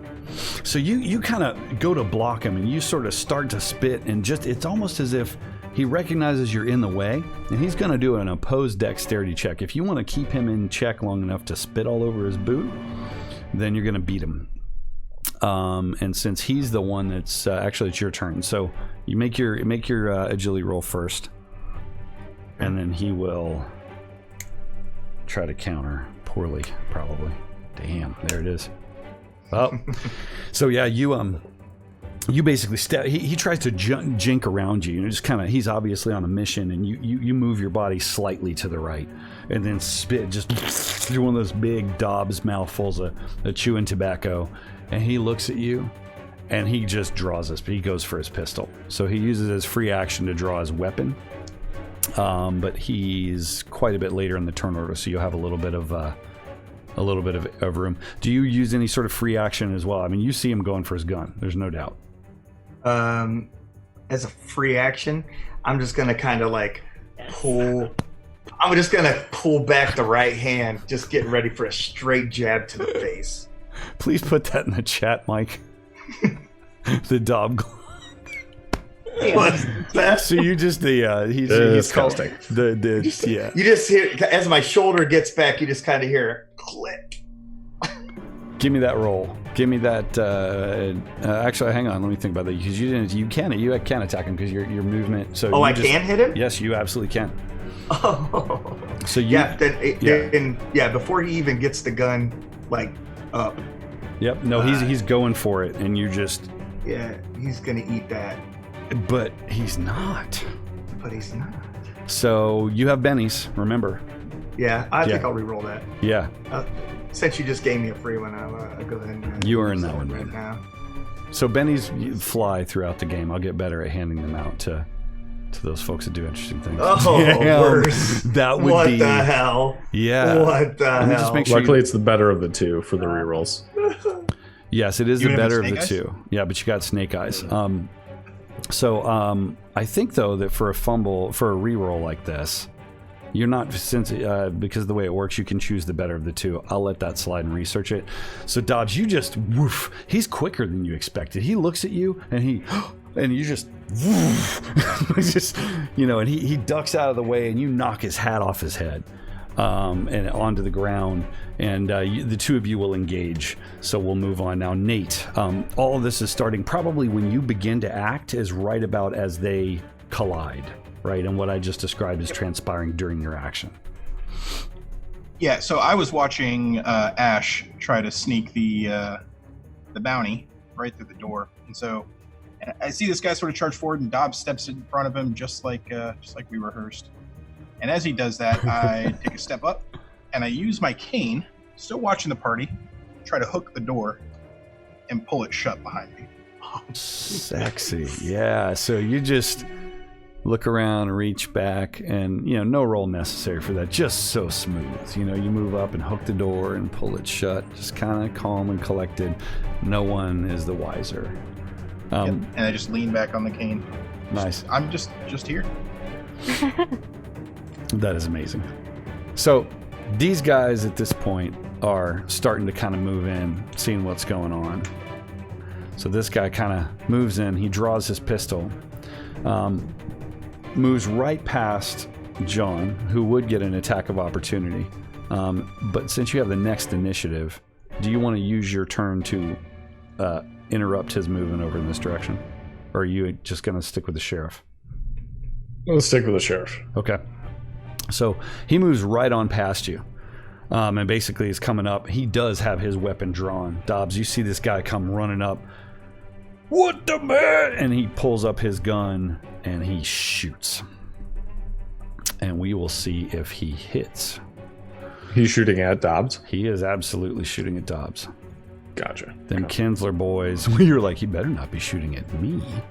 You better roll really good. Damn it. All right, I forgot we can get his shooting skill in there, so I'll roll it raw. He is an extra, so extras do not get wild dice, just so you guys know if you ever see me roll a wild die for an extra. Oh, man. So he pulls up his gun, and he absolutely does just and shoots. So Dobbs, he's going to roll for damage. I think it's against his parry. Since he's that's fighting. within 5 feet. That is, is it? For I'm pretty range? sure because Okay. I was intentionally going to be stepping away to start shooting at him. We can take that. So, what is your parry, Dobbs? 8. It's tough. Jesus. So tell me. Okay, I love it. So he kind of comes in and he's got his gun, and it's almost like in slow motion. What do? You just swat the gun. You see it coming out of the corner of your eye. It's like a barroom brawl, except he brought a gun to a barroom brawl. It's the problem. I just actually grabbed the barrel of the gun. Just grabbed the hand of the pistol. Okay. Like, I'm not reaching for him, just his gun itself. Okay, so you're gonna grab it, but what are you gonna do with it? You're just gonna hang on to it? Because I'm gonna see if I just twist it out of his hand. okay, yeah. So give me we'll do a opposed strength check, because you kind of swat out and grab it. That represents your parry win, right? So you grab it, and then you are going to oppose his strength, which is going to be laughable, I would guess.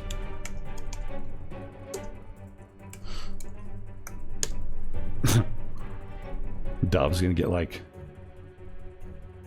57. Where's your roll? Not quite understanding like which one you take there. So I got a 2 on the d6 and a 3 on the wild die. Oh, dude, that just came through for me. Okay, yeah, I was waiting for something to come through. So you would take the 3 on the wild die. So basically, the two of you are now grappling. He's got the barrel, and you're trying to turn it down, and he's facing up, and just it goes off, and your ears just. This guy means business, and his buddy is now ganging up on you. You're having the good time. You were wondering when the fun was going to start, Dobbs. I'm glad it's finally even, so that I can fight and not feel guilty after beating their asses. So Kinsler Boys turns over. So John, we're back to you. As basically this you're kind of focusing on the sheriff. This guy kind of passes by, and all this nonsense is beginning right in front of you. What do you do? Yeah, the last thing he said to me was go get my boys and get out of here, and then hell started to kind of break loose as that's happening. Yes. So I'm turning actually away from everybody, pretending to go look for Dobbs and just be like, hey Dobbs, the sheriff, and I get to like there, and then I kind of spin around and take aim at this guy that just shot at Dobbs. Give me a persuade roll. Let's see what the sheriff thinks about that. Damn. Okay. Wild dice going for it. So wild dice are winning. So you 10. That's that basically has almost 3 raises, just 2. So he seems so satisfied. He's standing there looking just overconfident, and the breathing, and you can still hear that because it's the thing. You go walking away toward the stairs. You take 3 steps. So we'll call it your free action move. And then you're going to take aim and shoot. You can't take aim as a free action to resolve any penalties, so it'll just be a regular shot. Okay. Sounds good. Let's see. Shooting. You will hit him, so then you roll for damage on your weapon. He's going to try to oppose that with his toughness, which is not much. Damn. What? Sorry, I'm confused what the bonus damage is, because I didn't roll a 6. No, you got to raise, right? Bonus damage. Yeah. So let me check that out actually, just a refresher. Where is damage? It's on page 94 for those of you following along with your handy dandy book. So basically, bonus damage, well-placed attacks are more likely to hit vital areas, so do more damage. If your hero gets a raise on your attack roll, right, so what you just did, then... No, that was on my persuasion. Oh, then why is it... Wait, did you hit the wrong button? Yeah, look. You roll... When I roll damage, it automatically rolls bonus damage. I think it's just something that you can either choose to apply or not. Yes. Like when you create money, it automatically... It's probably... But hang on. It doesn't actually know if I got a success previously or not, so it's probably like, here it is in case you got a raise. Why did I get 3 rolls? It's just 9, though. Here's what I got, though. Well, persuasion was the first one. Oh, so you're just... That's what I got a raise on. I'm so confused. So you rolled the persuasion. You stepped away. That was fine. You got the raise. That was a big deal. But then now you've rolled a shooting roll. Yep. Right? And now you've I just got normal damage. So I think it's just a 9. Yeah, but it should be a 9. But damage rolls should explode. I'm just trying to sort out what the button's showing up for. Oh, it didn't. I got a 5 and a 3 in that roll, so I didn't explode at all in that one. I think the bonus damage just shows up in case I did get a raise on my shooting roll. It just probably doesn't know that because it rolls the hit. Okay. Triggers. Yeah, it rolls the hit and the damage separately, so it just gives you sense. the damage in case you need to add it. That makes sense. That's our best guess, at least. Yeah. Roll20 does that for the for 5e as well. It does that with some of the things. Yeah, like if you crit, it'll just... like or if you have a macro already clicked or something, yeah. Okay. So anyway, he's going to soak a couple of those, but you're going to leave him completely shaken as you shoot him basically in the shoulder, and it blasts kind of the top bit of his shoulder is a spray of blood, actually landing on Dobbs, which Dobbs likes. He is going to be shaken until he attempts to resolve it on his turn. So for those of you who've never played the game before, shaken basically means that you can't do anything other than free action. So you can move around, you could even flee, but you can't, no sort of actual skill use in combat and stuff like that. This Kinsler boy, seeing what's going on back here, he's gonna take 2 steps this direction and attempt to shoot at John.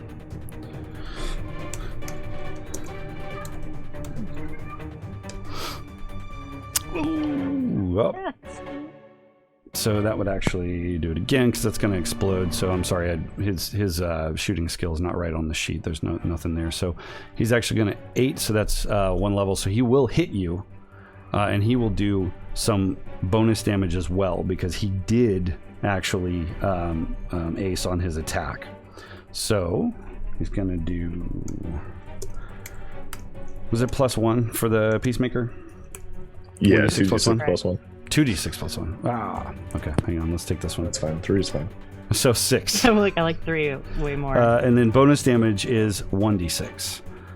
So we'll do that. So it's going to be a total of 12. So the way this works, basically, nice knowing you, John. Yeah, if it's basically if the damage is more than your toughness, right? Then you're going to take a shaken condition, and then 1 wound also from the bonus damage. So John, give me 2d6, 2d6 roll. I'm gonna use a Benny to soak damage. Why don't you do that? Why don't you tell the stream how that works, John? I have no idea. Yeah, so you can use a Benny to make a soak roll, right? So what that means is that it's a vigor check with each success and raise reducing the number of wounds by 1, right? So you're into 12, I think. But mind you, keep in mind that hit points are the wounds are not cumulative. You're not worried about that number so much as you are the outcome and the wound. So if you can reduce it, I don't know that's going to do much for you. But go ahead and make that soak roll. You could have a massive exploding roll. It's a vigor check. Vigor check. Mm-hmm. Nope. So yeah, so basically at this point you're shaken. So the way these wounds work is a little counterintuitive. So you took 12, and because of the raise in the damage, you're going to also take an injury. So I'll ask you for a roll of 2d6. I'll let you pick your own injury essentially. Nice, 8. Got a pair. So right in the gut. Kind of off to the side a little bit. It's not in the vital bits, but basically you take it right in the gut. Yeah, so you're going to be shaken. Next round, you can try to remove that, or you can spend a Benny to remove that. And you now have 1 wound, and you can take kind of 2 wounds, and you start to croak. So how do you react to getting shot? Is this the first time you've been shot, John? You've been shot a few times? I wish it was. It's not the first time, although this could be the last time. We'll see how this goes. So you just, it's that hot metal just piercing through your skin, and you just feel this sudden, rush of urgency as Kinsler's boys' round comes to an action comes to an end, rather. This guy is running over this direction as well, not really paying much attention to what's going on behind him, and he's actually not going to act just yet. Ash, what do? All hell is breaking loose outside. You hear pow, pow, pow, pow. You see the door shut. The door shuts, which is just great. So I'm going to use some movement. This is a barred window, by the way. As you're I'm back going to here. go right over here. Okay. And there's a stool. So I nice. sit down on the stool. Do you take a shot of whiskey first before you... Yeah. Oh, absolutely. I told Teddy to sit down, shut up, pound my whiskey, draw my gun, run over here, sit down on the stool, and I'm gonna try and shoot at this guy. Who is he? He's engaged with Dobbs, yeah. Yeah, he's very much where mostly, and he just got and he's just been shot at as well.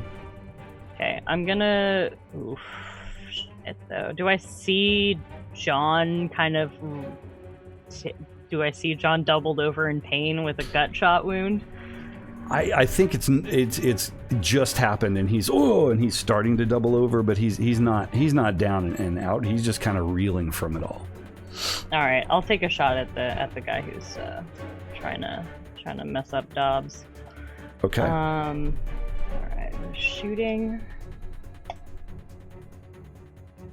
Nice. 9. So the wild die failed you this time. The wild die failed you this time, but so I have an 8 for that, right? That's what came across. Yeah, 8. Yeah. So you basically kind of, and you've got time to aim. Now, subsequent rounds, by the way, Ash, you can aim. This time you had to move and get in place. So next time you can use the aim option. But you kind of kapow, and you do absolutely hit him. Give me a roll for his damage, please. Jesus. Okay. So, wow. You just headshot or you? I'll let you know. Why don't you give me the 2d10 or I'm sorry 2d12 roll for his wound? So again, this has exceeded his. You raised on that for sure. Dun, dun. Okay. And also, you got to raise. I'm trying to think about this as I'm learning the rules here, but you rolled an 8. Your success is 4, so you would have had 1 raise, so you get 1 more bonus damage. Is it a D6? What D6? Okay. Wait, that's what the 2 is, though? The bonus damage? No, so... Yeah, because it automatically rolled bonus damage on the 15. Did it? How does it know? Yeah, there's a 15. Wait, let me hang on. So you guys... Okay, so you didn't turn off the option to only roll damage. You're using the shooting roll with your weapon. Is that what I'm getting? That's why it's sending both? Or are you no, clicking that's the two shooting separate. button? No, it's 2 separate. No, what's that? Hang on, because I want to. Her damage on her pistol should be 2d6 plus 1. That's the base damage. It was that's the box on the left. Exploded. She had a 6 on her second d6 and a 6 on the third d6. So that is not bonus damage. That is just the result of her exploding damage roll, and she gets 1 more d6 on top of that. Right. There's the box on the right though that shows the 1d6 that was already rolled. Just to take it on. Okay, fuck. Okay, so we'll just assume if you need it and it's there, you take it. So 17. Got it. Yeah, for sure. Right, exactly. It just rolls it every time, and then you just count it if you need it. Done. Exactly. Yeah, whenever I run a game, and so I do 5e a lot on Roll20, and every time you crit, like even if you critically fail and then it also rolls a crit, it'll always roll with advantage and like give you the higher number, and automatically it's just Roll20, man. It's how Roll20 does it. I think once you're accustomed to it, it makes sense. I'm just kind of like, what have you done? Okay, yeah, so no. I broke it. What was your what was your roll? Your 2d. I'm sorry, it would be 2d6 to determine if I told you 2d12 was my bad. It was 2d6. Yeah, so let me roll. So I now roll 2d6. Yes. Okay. I could roll it, but I prefer that you do. Snake eyes. So the unmentionables suffer the wrath of your first shot as you're sitting down, and you literally kind of just get a bead over the table, just kapow, and right in just a terrible place. So the injury's going to be permanent for this poor fellow. Reproduction's out of the question without a miracle because you blew it through the back of his ass. Just now, first shot of the game, exactly where I wanted first it. shot of the game, and you were shooting this guy. So he is actually going to consider himself no longer a problem. Is there like a? So is he going to let go of his gun? Because I have it in my hand. I'm going to say. I'm going to say yeah, because you would, right? Don't you think? 1,000%. He both hands down. You're holding the barrel of the gun, and so he just literally whoa, and you're standing there with the barrel of the gun in your hand. So the sheriff at this point has a turn, and I think he's gonna. Let's see what he thinks about this now. He and is gonna make his way to the door because this is just getting real as he sees one of his guys go down and just bullets are flying everywhere. Little bits of wood and whatnot. Dobbs, it is your turn. You have the barrel of this gun in your hand. You see the sheriff turn and is hauling ass for the door. I think I'm gonna be able to get to the sheriff or do anything to him. So I am going to the guy that's in front of me. I'm going to attempt to just pick him up and basically throw him into the guy kind of standing catty corner. Okay. I'm just going to like WWE, like pick him up Undertaker style and just kind of chuck him at the other dude. Give me the fighting roll, please.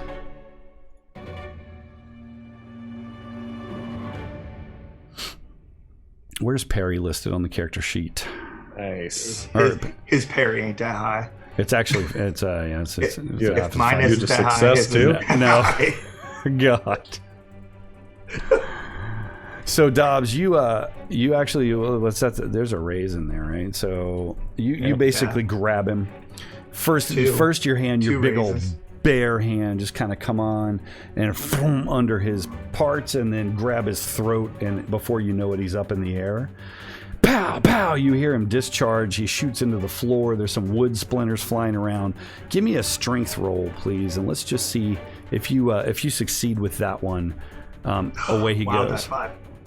So you and throw him, and it's just this perfect sail through the air. He's horizontal, and we're gonna make a notice check for this guy. This is fucked up. Oh no, he's too intent on what's going on, and he's just, and you throw him right in. The two of them collapse to the ground. Dobbs, roll 1d6. If you roll a 1, then he's going to discharge a bullet into his buddy. Roll a d6. Yeah, just give me a d6.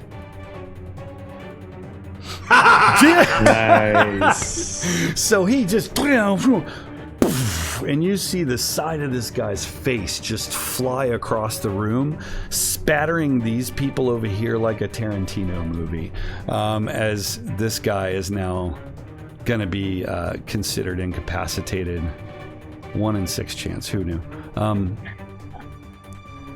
I think that ends your turn, buddy. You want a free move?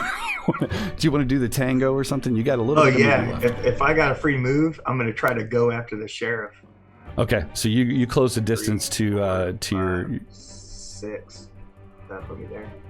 So yeah, you basically kind of throw him and use that cover, right, to do that. And, this guy's kind of here now, lying down, so he's going to have to get up next round, which is a free action as well. Nate, you're up. So what's going on? You've closed the door. All hell's breaking loose, and I picture right. You got your hat on, your cane, and there's little wood splinters and bullets are and you're just leaning all cool against the wall. What do you do? Yep. So I'm standing next to the window and I see the barrel of Ash's gun come out and just and she disarms that man. I see Dobbs is just basically killed this other guy, and so I open up with another guy, right? So I open up the door behind me, and I sort of give like a little twirl into the door and close it, and I start helping Teddy up to his feet. He's like, "Come on, Teddy, it's time to go." So the interesting thing Come about on, that is Teddy at this point has begun to run. And this woman has moved out of the way in fear. So as you walk in, you do your pirouette. And now that Ash is busy doing other stuff, he's slinking away. What do? You see him, his back's to you, man. He doesn't know you're there. Yeah. So I, as I'm pushing the door behind me closed, I see what's going on, and I stick the handle of my cane out to attempt to trip him. Okay. Try to catch his ankles. Yeah, give me a fighting roll for that. Yeah. Yes. Nice. So you stick your cane out, and he just falls face first in this barrel. It's kind of a big, heavy, full barrel, probably beer or something like that. And he kind of turns and looks like, probably in his eyes is, "Please don't let it be that woman." As he turns and you're there, what do you say? I come up to him and I put my hand on his shoulder, trying to help him back up to his feet. "Hey there, Teddy. It's time to go." Go. Where? He's so confused. The side of his face is all fucked up and swollen from Dobbs, haymaker elbow. Go. Where are we go? Where are we going? He says. We're getting out of here. So he stands up and you put your hand on his shoulder. Right about then, we come back to John, in time and space. What are you doing, John? I'm kind of like leaning on the table, like my left arm kind of holding my stomach. I'm leaning there. God damn it. Not again. And I see this guy across the other table from me, and I just raise my gun and take a shot. To the left of you? Yes. So what's funny is you look in, and I just have to provide this camera angle, right? Just a second before, you're like, "Oh, God." You think it's a flesh wound. You don't want to look at it because it's smart, something fierce.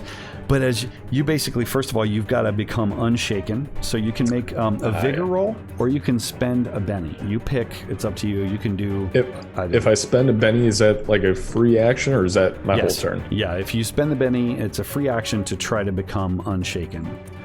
Cool. I will do that. Okay, so you spend your Benny, so you're going to basically get rid of Shaken. You will come back to full able to act. Right about then, though, from this angle, this guy over here, right, he was kind of looking forward. He gets his just, you see the spray of blood come out his ass end, just as ass just slow-mo bullet just blasts. It's just awful. He falls to the ground, blood gushing everywhere. And you, at that point, you kind of make the decision like, oh, okay, you're going to shoot the other guy. Give me your shooting roll, please.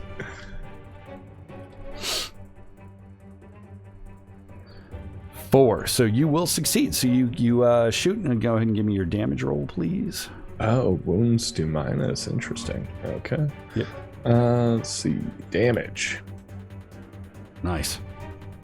Not the worst, but you turn and pta, he soaks up some of it, but it is actually going to put him in a shaken state as well. This guy would have come out of shaken, but he's unfortunately. Now let me put my.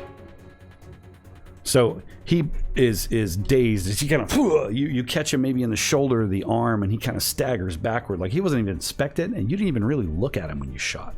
Any movements, free actions, anything like that? Or you're just gonna shoot? No, I'm using this table for all that I can.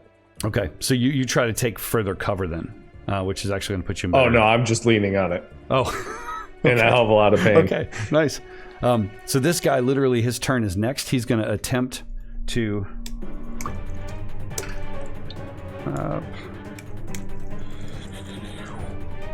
Nah, so he remains shaken as he kind of staggers back from this table, right? It's like he's dazed and just kind of looking down and then feeling the pain of his wounds. So unfortunately, he won't be able to do much other than move. And I think, knowing the sheriff ran, he's going to take a movement here and maybe get run over by the Dobbs train. Next up, we've got this guy here. As he's seen this play out, he just shot his buddy. He's just shaking his head. He kind of looks up and sees Dobbs, and he turns and he just grits his teeth, and he's just going to aim and he's going to fire. Watch him have a critical failure and shoot the sheriff, because that's how my dice always go. Well, direct line would probably be shooting his other buddy that's right there behind me. Yep. So Dobbs, I'm going to let you do it again, and I think I like this thing. So roll me a 1d6, and if it's a 1, then yeah, he doesn't just miss, but he shoots his buddy. Okay. Nah, so he opposite spectrum. Over your shoulder, you hear past your head, and this light here shatters, and this guy kind of ducks right as he's sort of running in, like he's trying to get out, and there's a bullet that just hits right in front of him as his buddy shoots across. That's going to end his turn. Ash, you're up. What do you do? I'm gonna just take aim, and I'm gonna try and shoot this guy who is shaken. Because this guy's prone on the ground, right? Which guy? The guy that you shot in the first? Right here? Yes, he turned and he sat up and he just shot. Oh, okay. Then I will actually shoot him, because I'm concerned. Anyone holding a gun is my first priority, so I'm going to try and aim and shoot this guy. Okay. Got it. So the way that's going to work, basically, it assumes you're kind of moving about and doing whatever. If you want to take basically your entire turn before to aim, then and you take no other action, then you can ignore up to 4 points of range, since it's a short range. Maybe not all that necessary. So I'm going to go ahead and say, based on this, let's give you just +1. If you spend a whole turn aiming, it's going to be +2, I think. Yes. Yeah, whole turn to aim is +2. I mean, I'm sitting on this stool, and I just blew the guy's junk off, and I'm thinking, this is going really well for me, and so I'm just gonna, I'll take my full turn aiming to just, okay, or not full turn, but right, I'll shoot. Yeah, you get a beat on him and you shoot, and see how that works out for you. Damn. Pretty well, Ash. honestly. Pretty well. Yeah. Holy shit. Yes. So let's go ahead and have that damage, please. So line of sight says there's basically not much you can hit other than his head. So you hit him with 5 and 3 and 8. So basically you just ping, and you see his hat it's still kind of crooked on his head, and it just, and then he just sort of goes, and he's got his skull caps missing and his brain kind of hanging out there. He's dead, and he's sitting forward far enough. It's like a yoga move. You blow the smoke off your gun. Yeah, and then I just get ready for another shot, and it's my turn. So where I want to be. So the sheriff he's stopped out here, Dobbs. Basically, there's not a whole lot more of the map. Basically, you kind of see him stop and turn, like all this is going on behind him. He crouches down and he sees that you're coming after him, and he kind of bristles up at you and just sort of, You stop where you are, he says. I'm just gonna kind of focus on what it was like to stand on the tracks the first time I ever saw a locomotive, and I want him to see what it feels like to have the iron horse coming down on you like rain on a hard night. I'm sorry, but I'm sending you a fucking Benny for that, buddy.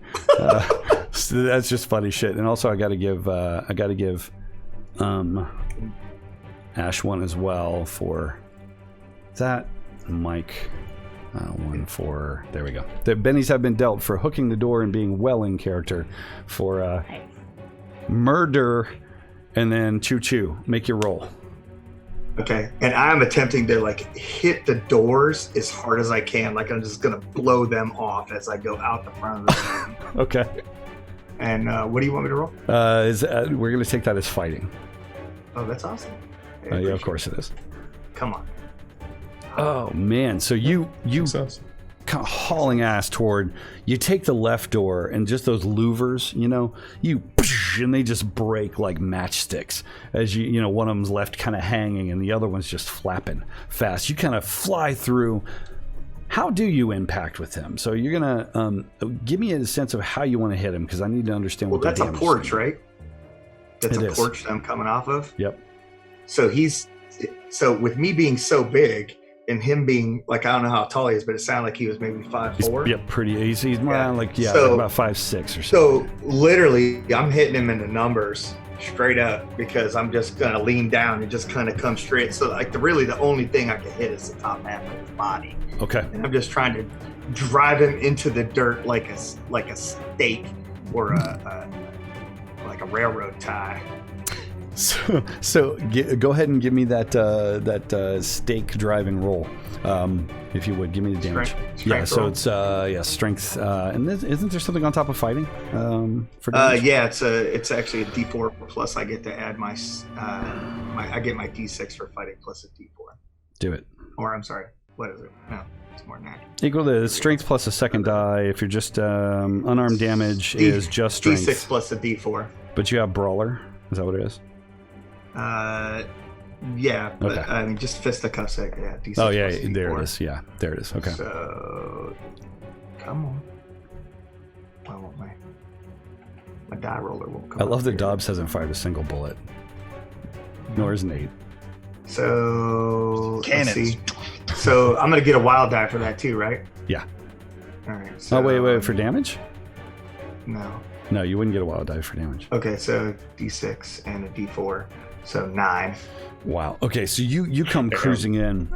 Now, the cool thing about him is he is in fact he's a wild card. All right, so you're kind of on equal footing, so he gets some benefits. But you basically kind of come in and just cream him. It does exceed his toughness by far, so he's going to be shaken as you kind of pile drive him into the ground, and he's actually going to be taking a wound as well. I can spend a Benny, is that right? To get a free action? Or no? I don't think so. No, okay. You can spend it to reroll. Okay. Yeah. Nah, that's good damage. I don't think I need to reroll it. So you crunch him into the ground, and as you hit Dobbs, you feel this sort of resistance like you wouldn't expect from squishy people. It's just kind of into the ground. But there's something more rigid there. You're kind of like, and you hit, and you roll off, and he,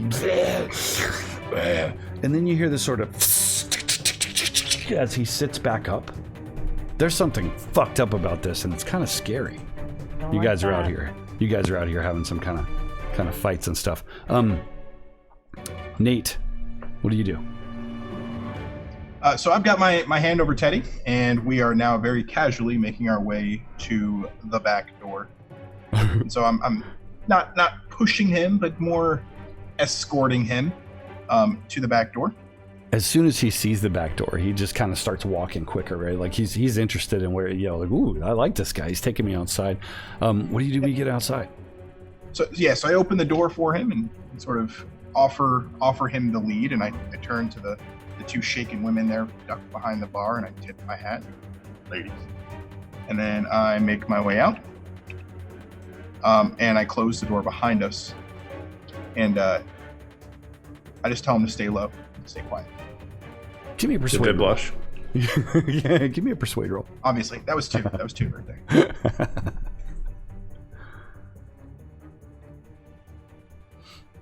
Sorry, what did you say? A persuade roll. Oh yeah, of course.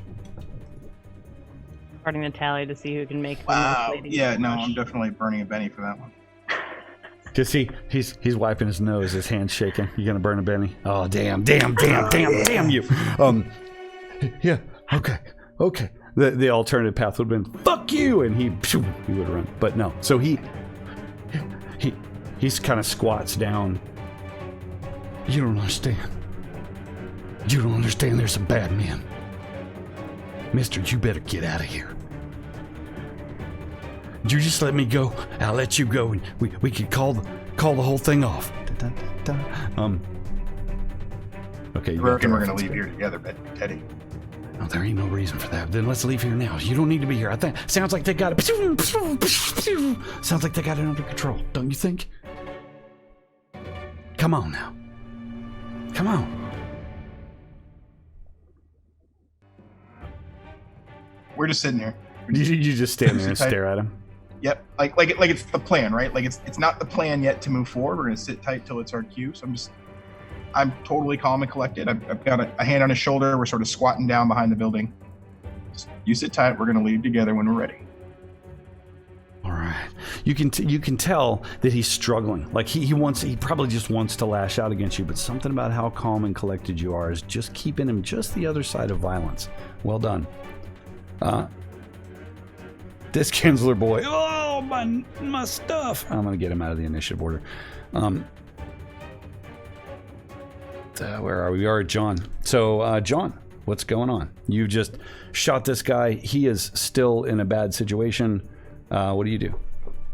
Yeah, I see him kind of like staggering towards the door. I just saw a train literally go through the front of the house and heard some sort of noise outside, like somebody's pile driving something. And I just call out, "Hey, Dobbs, the sheriff wants us to leave." And I take a shot at... Yeah, oh, I love it. So he's the last one standing. So think about this cinematic. The camera pans across. Everybody's panicked and down low. Ash is shooting through the window. You don't know where Nate got off to, and you say that and just and shoot him. Give me a roll. Successfully, yeah. Good. I'm convinced that James has hacked this all the hell and back. So yeah, you shoot him, and at this point, he's an extra, and so since he's already shaken, he's going to take a wound, and extras generally die when you take a wound. So what does that look like? So you're there, and you just kind of put your pistol out like that, and pow. What does it look like? Follow the bullet. It's not even maybe that elaborate of an aim. It's more of I'm still leaning on the table. I've been shot before, but still never fun to be shot. And I just see him leaving, and I just kind of like, bam, and just follow the bullet him as he drops. Follow the bullet with the camera. What happens to him? Where does it hit him? Oh, it just nails him directly in the shoulder, kind of spins him around against the wall right before he gets to the double doors and just kind of slides down the wall. Yeah, so he does this sort of slow pirouette die, and he's like raw. He leaves a streak of blood down the wall, and he does, in fact, die. So that Kinsler boy won't be bothering you anytime soon. Ash, what do you do? Do I have a line of sight at all on the sheriff from my vantage point? I'm gonna say no, because Dobbs is a big boy, and Dobbs just like they're in the dust right now out there. I think pretty much everybody's dead in your assessment. I can get to there with my movement, I think, because I have 6 pace. think that's pretty much all I can do, right? Like, I can't go anywhere else. No, you Can look you around. do double move in this? You can run. I think it's like, is it like twice your pace, I think, for running? Like a dash action or something, yeah. Yeah. Let's go with that.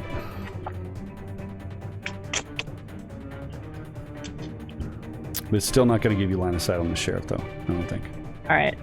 Will you allow me to backtrack a Sure. little bit? Because I'm still learning. Yeah, so it's, hang on, we're 2 moves, so 2 inches. So you've got running. Basically, you can run as a free action once per turn, increasing your pace for the round by your running die, which is a d6 if you have running. It's by default. So if you roll a d6, it'll increase your pace by that at a cost of a -2 penalty to any other actions, but you're not taking any other actions, and there is no acing in that roll. So yeah, you can extend basically by 1d6. My just outside of my regular 6 pace. Yes, so you would extend your pace by running as a free action. You would roll 1d6 and it extends your pace to whatever that is. It won't ace. The roll won't. It's not open-ended, right? But if you run 1d6, add that to your pace, and that's how far you go. So you would go 8. So you'd have basically 8 progress instead of just a 6. I'll just.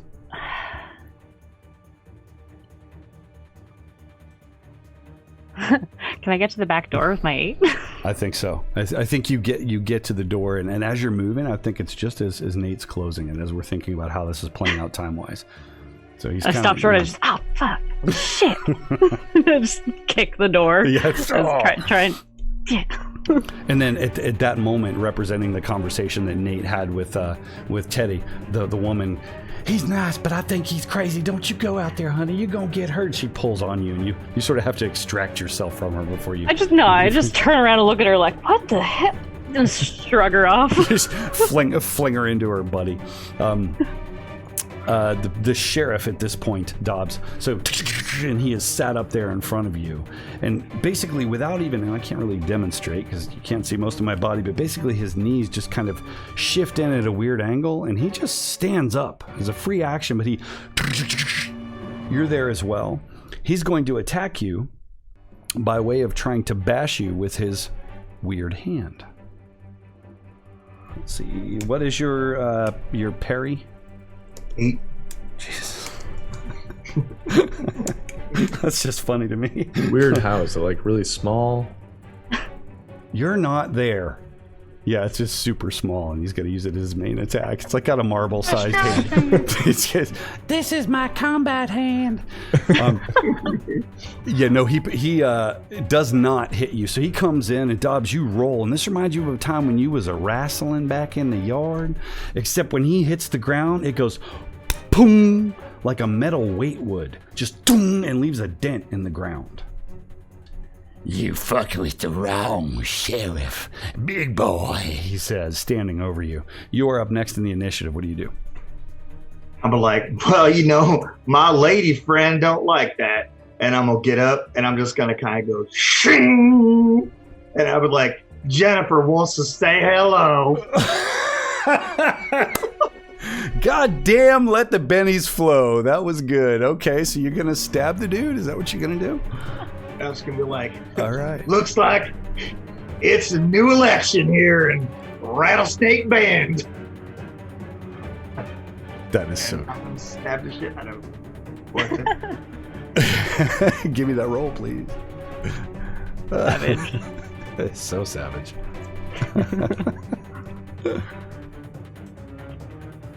So not as savage as it might have sounded like when you roll the dice and you want it to be like 1,000 or something. But yeah. You absolutely come in. The trouble is you're shooting for 4. You're shooting for 6 with his parry.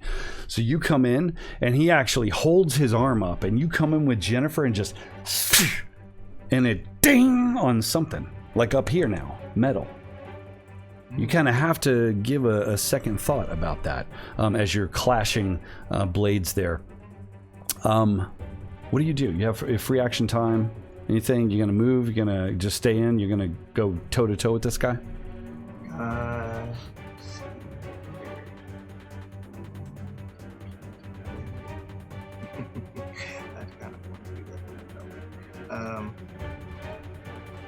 Can I just punch him? You could do whatever you want. So what's and we're gonna stick with this combat because the rest of these guys have kind of calmed down now for the most part. Yeah. So we're gonna stick with this till it's over. So I mean, Dobbs is ambidextrous, so I mean he doesn't have that as a skill, but he can fight with both hands. So he pops Jennifer, kind of tries to stab at him. He pulls his arm up, which leaves him open, and Dobbs tries to come in from below with a swinging fist. Give me that uppercut. Give me the fighting roll, please. Come on. His parry, exactly the same thing again. But I was literally just about to say, because he's already engaged and holding off your blade, I'm going to reduce. Can I spend a penny to reroll? You absolutely can. You sure can.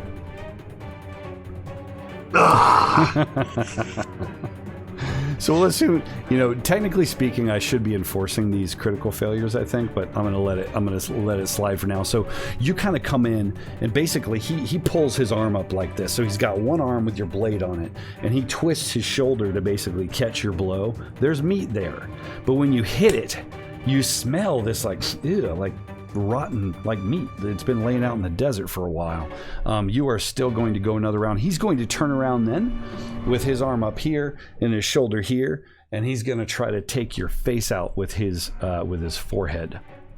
So he's going to make a fighting roll. What's your parry again? 8? 8. I can't wait till it's like 1d12. No.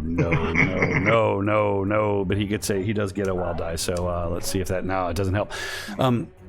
So he basically kind of goes like this, and he does.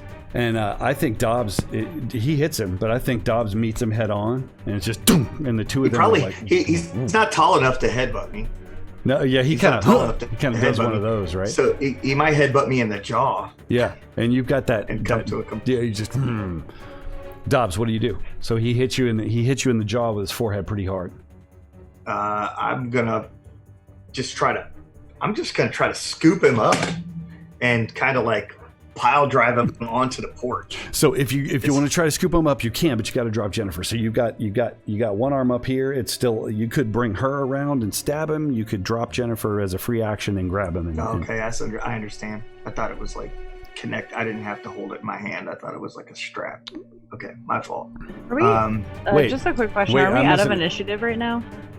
We are. So all you guys are inside.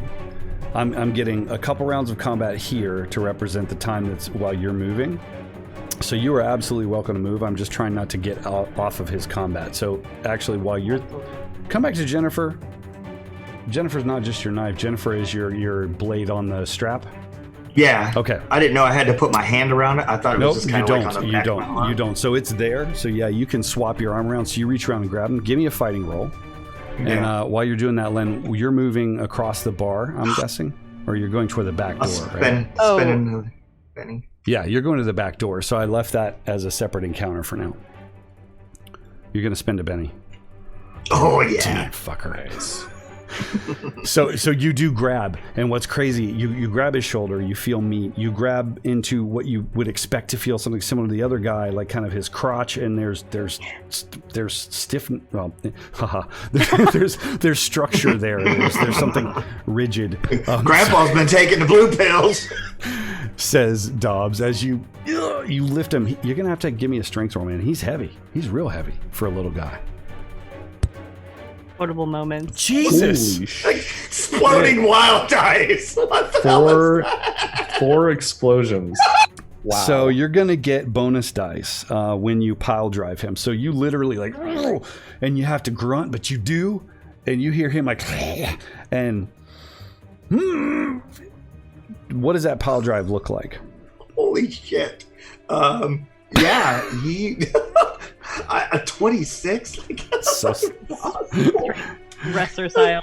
Yeah, yeah, dude. It James looks Payne must be attached. It looks like when Hulk Hogan picked up Andre the Giant on the first WrestleMania and just kind of like takes him over. Like you can actually hear people in the street kind of cheer on as the sheriff gets just body slammed straight through the porch. So you're going to roll your strength as damage. And then, let me see here. And don't... bonus damage. So you are going to add another 1d6 to that as a separate roll. Both of those can ace.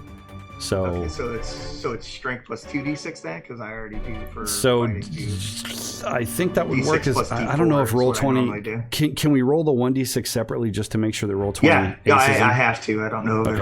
I don't know Okay. how to do. Oh, I guess I could do it down here, can I? I have to scroll down so I can see it on my fist. Yeah, you can do strength and believe. just do 1d6 Doesn't and give me.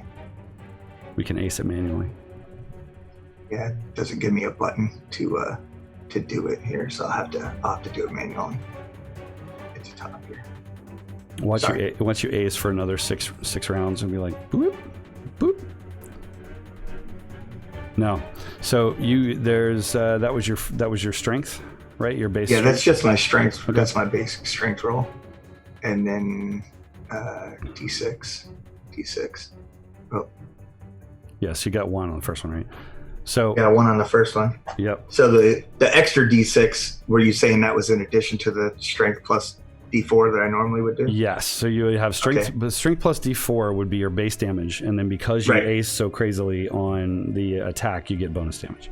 Okay, does the bonus damage explode now, right? Yep, no, they do. Yep, It does. So Mhm. I get one more d6 then, we'll keep going. because the bonus one exploded. So that would be 5, 14, 6, 13. and 8 would be 13. Yeah. So you he's gonna soak some of that for sure, but you turn him upside down and just and you see one of these vent things in his neck just kind of brink and pop out. It's on this weird little tube thing that goes up into his neck, and there's all sorts of blood happening, and he just rolls backward. He is now shaken, and so he's gonna have to try to get past that for next round, of course. Otherwise he'll have problems. Okay, now's a good spot. So you open the door after pushing these ladies back, Ash, and you see basically Nate has just kind of stood up from saying something to a perfectly tame Teddy, who's sitting down next to the building, kind of with his knees, with his arms on his knees, looking up at Nate. What do you do? Say, excuse me, gentlemen, I'm needed elsewhere, and I'm just gonna push past them. Does it cost any extra movement to move through an allied space? No, especially if it's not. Not at all. No, because in the way these are lined up. Yeah, there you go. So you're gonna haul ass around the building. Yeah, I'll roll that additional run. And you can do. I think there's like an athletics thing that you can do there as well, isn't there? I'm unskilled in athletics. Oh, never mind. It looks like there might be a little running icon. I don't. Yeah, I do see that too. I would Like, need there's to, and you select a drop down from it, but I Does it make their little? don't know how that works. I don't Some little see feet the go like running this. icon. Is it the it's next to your pace smaller? under the derived stats. Yeah, Oh yeah, I see that. Okay. I don't know what it means, but there's a guy there. So. Yeah. I think it's a D6 for pace. Yeah. Oh. So you would That roll works. d6 and it adds to your base.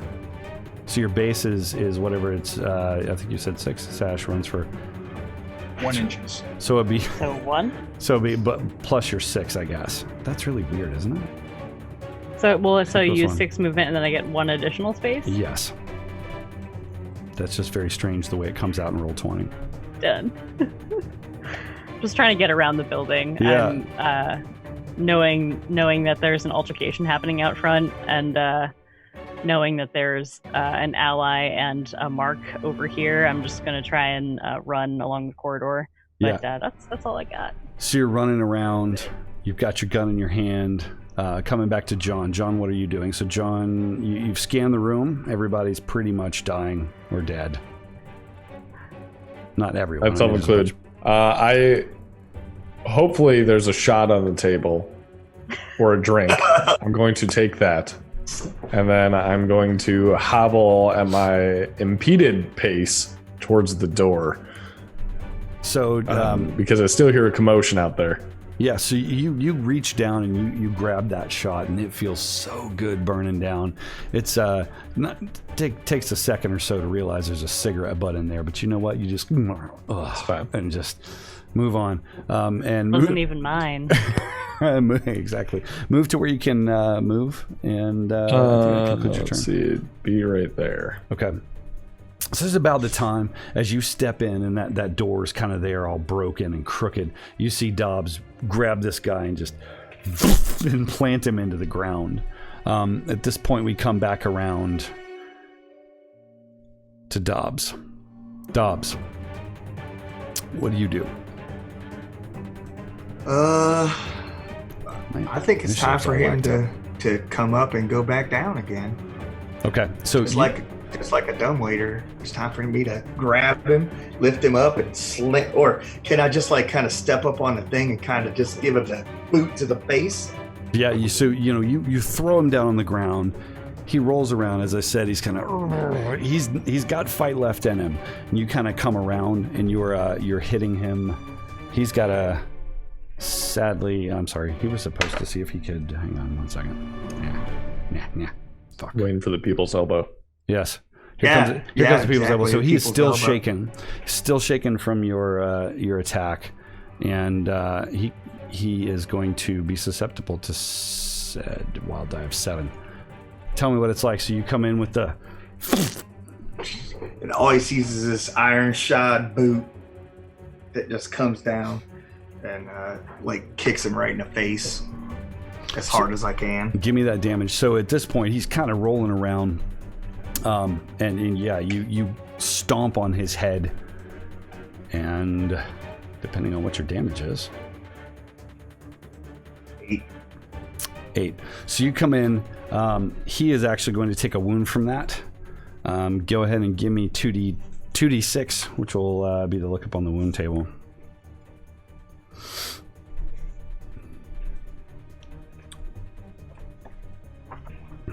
Seven.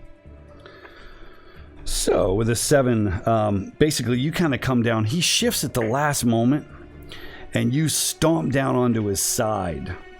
Because he kind of shifts his body, and you kind of go, and you hear a crack as you kind of just bust in a couple ribs. You know, just kind of. With that little vent on his throat, does he make like a squeak, like a squeaky toy? He does. So he's got the thing, the one that you knocked out, that's not quite right anymore. As you push the air out of his lungs, and he rolls around. He is going to be now in.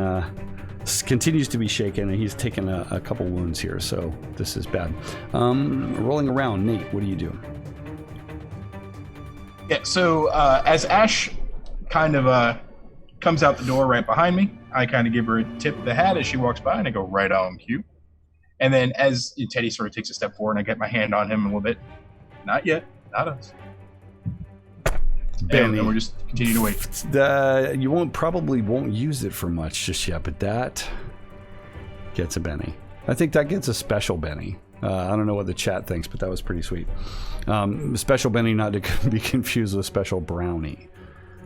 We don't. That's something different. Yeah, we don't hand those out on the channel. Yeah, very the good. drug pusher would know. Yes. So, John, what do you do?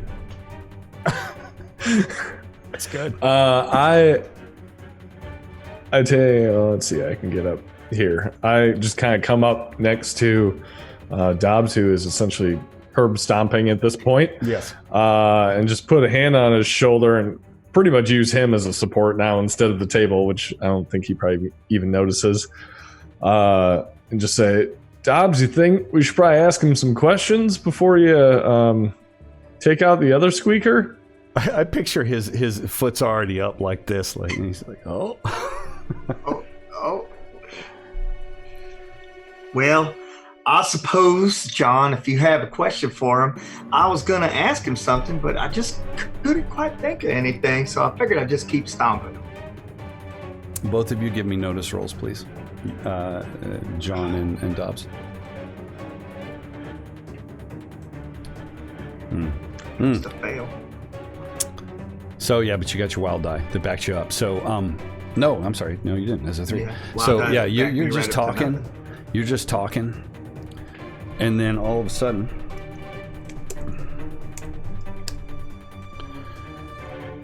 you, sir, John, feel just kapow as the sheriff fires in your general direction from under Oh his... my god. Yes. Son of a bitch. Let's see. Damn it! I really Come thought on you now. guys had it handled, so I Yep. you know. This is why he keeps stomping people. I guess so. So 7. What is your toughness? 4. Okay, so that you'll drop you to 3. Right, so you will take a wound. Now you can soak damage with some bennies. Is that what you? Which allows you to make the vigor roll. So you were left with 3. Yeah, might as well. Yep, you can use a benny to soak. So you do Give a it vigor shot roll. at least. Yep, do a vigor roll. Oh, okay. So you succeed, so it'll drop it to 2, but you're still going to actually be shaken. So you see, pow, you're there with your and then poof, in the shoulder, just right across the collarbone. You're not going to die, right? You're not going to bleed out or anything, but obviously it hurts. It kind of glances off the collarbone and tears some meat out as you Dobbs, you hear this pow, and you kind of realize what's going on as your boy just got shot. And let me see, that was Mr. Kinsler's time. Ash, meanwhile, could you move more? Because that your turn would have interleaved based on how this is playing out. I'm coming, I promise. She's gonna be the very last moment. She's gonna come. Yeah, right. I'll bear witness to whatever the end of this. Did you roll your d6 for running? I did not yet. Yeah. I will try and do that now. Fuck. I don't. Is that correct though? Let me see. Well, I think every time I hit it, it has a 1. Yeah, it says rolling 1d6 plus 1. Just do a / roll 1d6 and we'll see what we get. Yeah, that's weird. Yeah. Good old roll 20. I love roll 20. Actually, it's okay. 4. So give yourself 4. So it's pretty good for Savage Worlds. I think once I get used to it, first time in, like I don't hate it. So you're kind of running around, but meanwhile, Dobbs, you hear the pow from the alleyway. Dobbs, you hear poof, and you feel literally just the heat of his muzzle as he's kind of laying there, and he just sort of sidearms it and shoots your buddy. What do you do? I just kind of reach back like this, and I pull the double barrel, and I just bring it straight down at the sheriff, and just pulled it straight. And just let him have it at point blank. Okay, Time to then. stop being nice. That's fine. So what you'll get there is a called shot to the head, let's say so a completely helpless victim. So not quite completely helpless. But yeah, go ahead and make that roll. I'm going to say based on his situation, you're not going to you won't take the typical penalty of a called shot. Wild die saves you. So Dobbs, just okay. Let's pretend that there's a GoPro mounted on the barrel of that 12 gauge or whatever it is that you got. What does that look like? You just blow his face off? Is that what you do? Well, I think that, if you've ever seen Who Framed Roger Rabbit, like when the bad guy was about to die, his eyes get really, really big in his face, almost larger than both of the barrels. You can almost still see it white around the sides, and it kind of looks like an eclipse. So you can just see the white of his eyes around it as Dobbs pulls the trigger, and both barrels like straight to the face. Yeah. So Ash, you come around the corner, and John, you kind of you're there with your shoulder hurting, and you just see this on the other side of Dobbs because he's such a big guy. You just see this spray, and you come around the corner, Ash, just as the trigger gets pulled, and you see it's like a Gallagher show, right, with a sledge-o-matic, where he's just like. He blows this guy's brains what's left of them all over the road. There's a sudden calm and still. Nate, in the distance, you hear this like these quick. He never pulls them quite as the same pull. It's always just What do you say? Yeah, but I recognize it. I recognize Dobbs, and I know that when his lady comes out, we're done. And so just like that, I stand up and dust the legs off a little bit. That's our cue. And I very gracefully walk him around the corner. No running or anything. We're just peacefully walking as we go around the side of the building to follow where Ash went. Folks, we have arrived at the end of the prequel for the Curse of the Black Rock Mine campaign. I want to do one Black last Ridge thing. Mine, I'm sorry. What do you want to do? I want to reach down and take the star off his jacket and kind of put it on John's jacket and straighten his lapel a little bit. And I said, I think it looks better on you. Oh, fuck. There you have it, ladies and gentlemen. Episode, I don't know, was this 7? Yeah, it was probably 7. That was good. Let's do a quick wrap up. Well done. How do you guys feel? So we got to get used to the rules, second nature. I still want to ask you guys to oppose every attack roll from Warhammer, but let's go around. So Nate, what do you think? This is actually a whole lot of fun. This is a completely new experience from me from front to back. So not only is it a brand new system with all new rules, but it's also a very different character than I'm used to playing. And I'm just enjoying it like through and through. I think it's an absolute blast. Yeah, I think it was stellar. I was trying to figure out where you're going with being so laid back. Like, as a GM, you always look for that as an indication that your player's not in it. And then I'm like, oh, he's not only in it, like he's acting like he wrote it. This is so good. Yeah. The idea was like, I haven't been exposed yet, right? Like somebody may have seen me walk to the bar with the crew as we came in, but you were pretty clear that, the music didn't stop. People didn't turn around staring. And so I was trying to make sure that I was as detached from them as possible for as long as possible for that reason, because an opportunity is going to come up where Ash didn't shut the door, or this guy's running, or being able to spot things like asking for a cigarette and watching him as he's moving around. And then I can feed information back to the group without anybody else knowing. I fucking love it. Trying to think of like how Nate would interact in these situations was a whole lot of fun. Ash, Len, what do you think? Your first Western RPG? What do you think? I'm loving it. I think this is everything I've ever wanted. I think that what I learned today is that Ash goes where she needs to be to get the best shot, and I really like that. And I think that kind of how I'm playing it is that she's a sharpshooter, so I'm gonna try and maneuver around any possible situation to get myself into an area where I can shoot without being shot at, and that's the best place to be.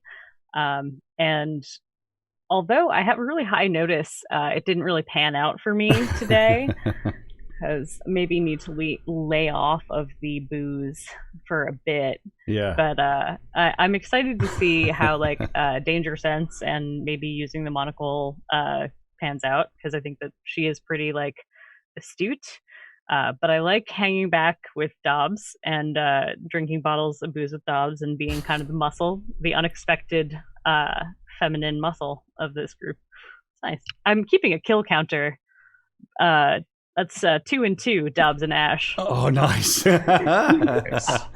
John and Jahan, what do you think? Yeah, this is pretty cool. This is different than Tides of Nurgle for sure. What do you think? Yeah, that's for sure. Well, I'm still taking a lot of damage, so maybe it's going to balance out. I'm getting revenge. Loving the kind of gambler mechanic, and even though I lost, kind of panned out. Took a turn, didn't quite expect to be in a gunfight quite so soon, but seeing Dobbs fight, I'm a little more reassured. I think he can handle his own. I didn't need to react quite so quickly on that one. And I think maybe next time I'll stand behind Dobbs while I shoot rather than standing in front of him. So. Oh, that's awesome. That was one thing that I really liked about the way this particular scene played out, is that it almost felt like a heist movie. Everybody sort of had their own thing, and we didn't worry about I got to go stop and I got to go help Dobbs. It's everybody can do their thing and they all can support themselves, and we all had a role to play, and so we all just sort of filled that particular role and then to get to our goal. You know what I mean? Almost like it was rehearsed. Yeah. That's why at the end it felt at least with Nate, is okay, that's not our cue. This is our cue. I was waiting for it. That's the line at the end of the movie that is coming. But man, when it's said, you're like, yeah. Dobbs. Mr. Byron, what do you think, man? Are you into it? I love it. I love the way Dobbs played out. I really like how it just seemed like we've been together before, how Nate kind of did the little, tap on his jacket, just like he said in in the prep that we were doing, that he had a sign like that. And I just kind of told Ash it was time to move. And, he's not just that frontal. He seems like, tries to play it off as an accident. you know, and John fun. and I just instantly bonded with what was going on, like the Weekend at Bernie's thing, trying to think of and you know, I like the fact that Ash was right there to shoot the guy that was on me, and it just seemed well played and just all connected, you know, and I like it. I like it a lot. I think I'm gonna really like this character, and you know, the drinking between Ash and Dobbs. I think it almost reminded me, like, between her and Dobbs, like Legolas and Gimli. Yeah, I can see that dynamic entirely. Though, like, awesome. Except for no one's going to have to toss me. I'm going to have to toss somebody else. Right. So you're Gimli, I'm Legolas, but you get to toss me when the time comes. No, I don't feel right about that because I'm a little too violent. I don't know that I have a gentle toss. There's got to be a Quentin Tarantino scene where Dobbs throws Ash and she's got 2 guns just shooting. You know, guns akimbo flying. I could see like me. I only got the one Colt 45. You could take one off my belt if you're standing next to me. I got 2 right there. So Dobbs, you had so many guns this screen. You're just like, I'm gonna take that gun. I'm gonna take that gun. This is my gun now. But he didn't shoot one fucking Walks out bullet. like Rambo. I just felt like, you know, like I should just collect them. He didn't shoot a single bullet. I love it. Take them off of guys. Like, why do you have a saddlebag full of guns? That's all the guys that tried to shoot me. So I've got about $4 to my name, so the less money I have to spend on guns and munitions, the better. That's because you bought a full price horse. Yep. Burn. So I'm going to end the official stream here, but I'm going to do this thing that little cutscenes after the credits. One is, so there's Teddy's hat, and the camera's panned in on it. There's some money and some jewelry kind of hanging out of it, kind of weird. After the bar's kind of cleared out, there's a couple people kind of picking up. Maybe some guy's shot getting carried out. And a very familiar looking hand walks by, scoops up that hat, puts down the cane, and walks off. So there's a hat full of something. And then, You know what? You ought to do is buck that son bitch. He's gonna talk to me like that. All I'm here for is take care of horses. And they upstairs sleeping, they don't even know. You know what? Fuck you, horse. and then there's this sound as Murph bites the child's face. And we will end the stream right here.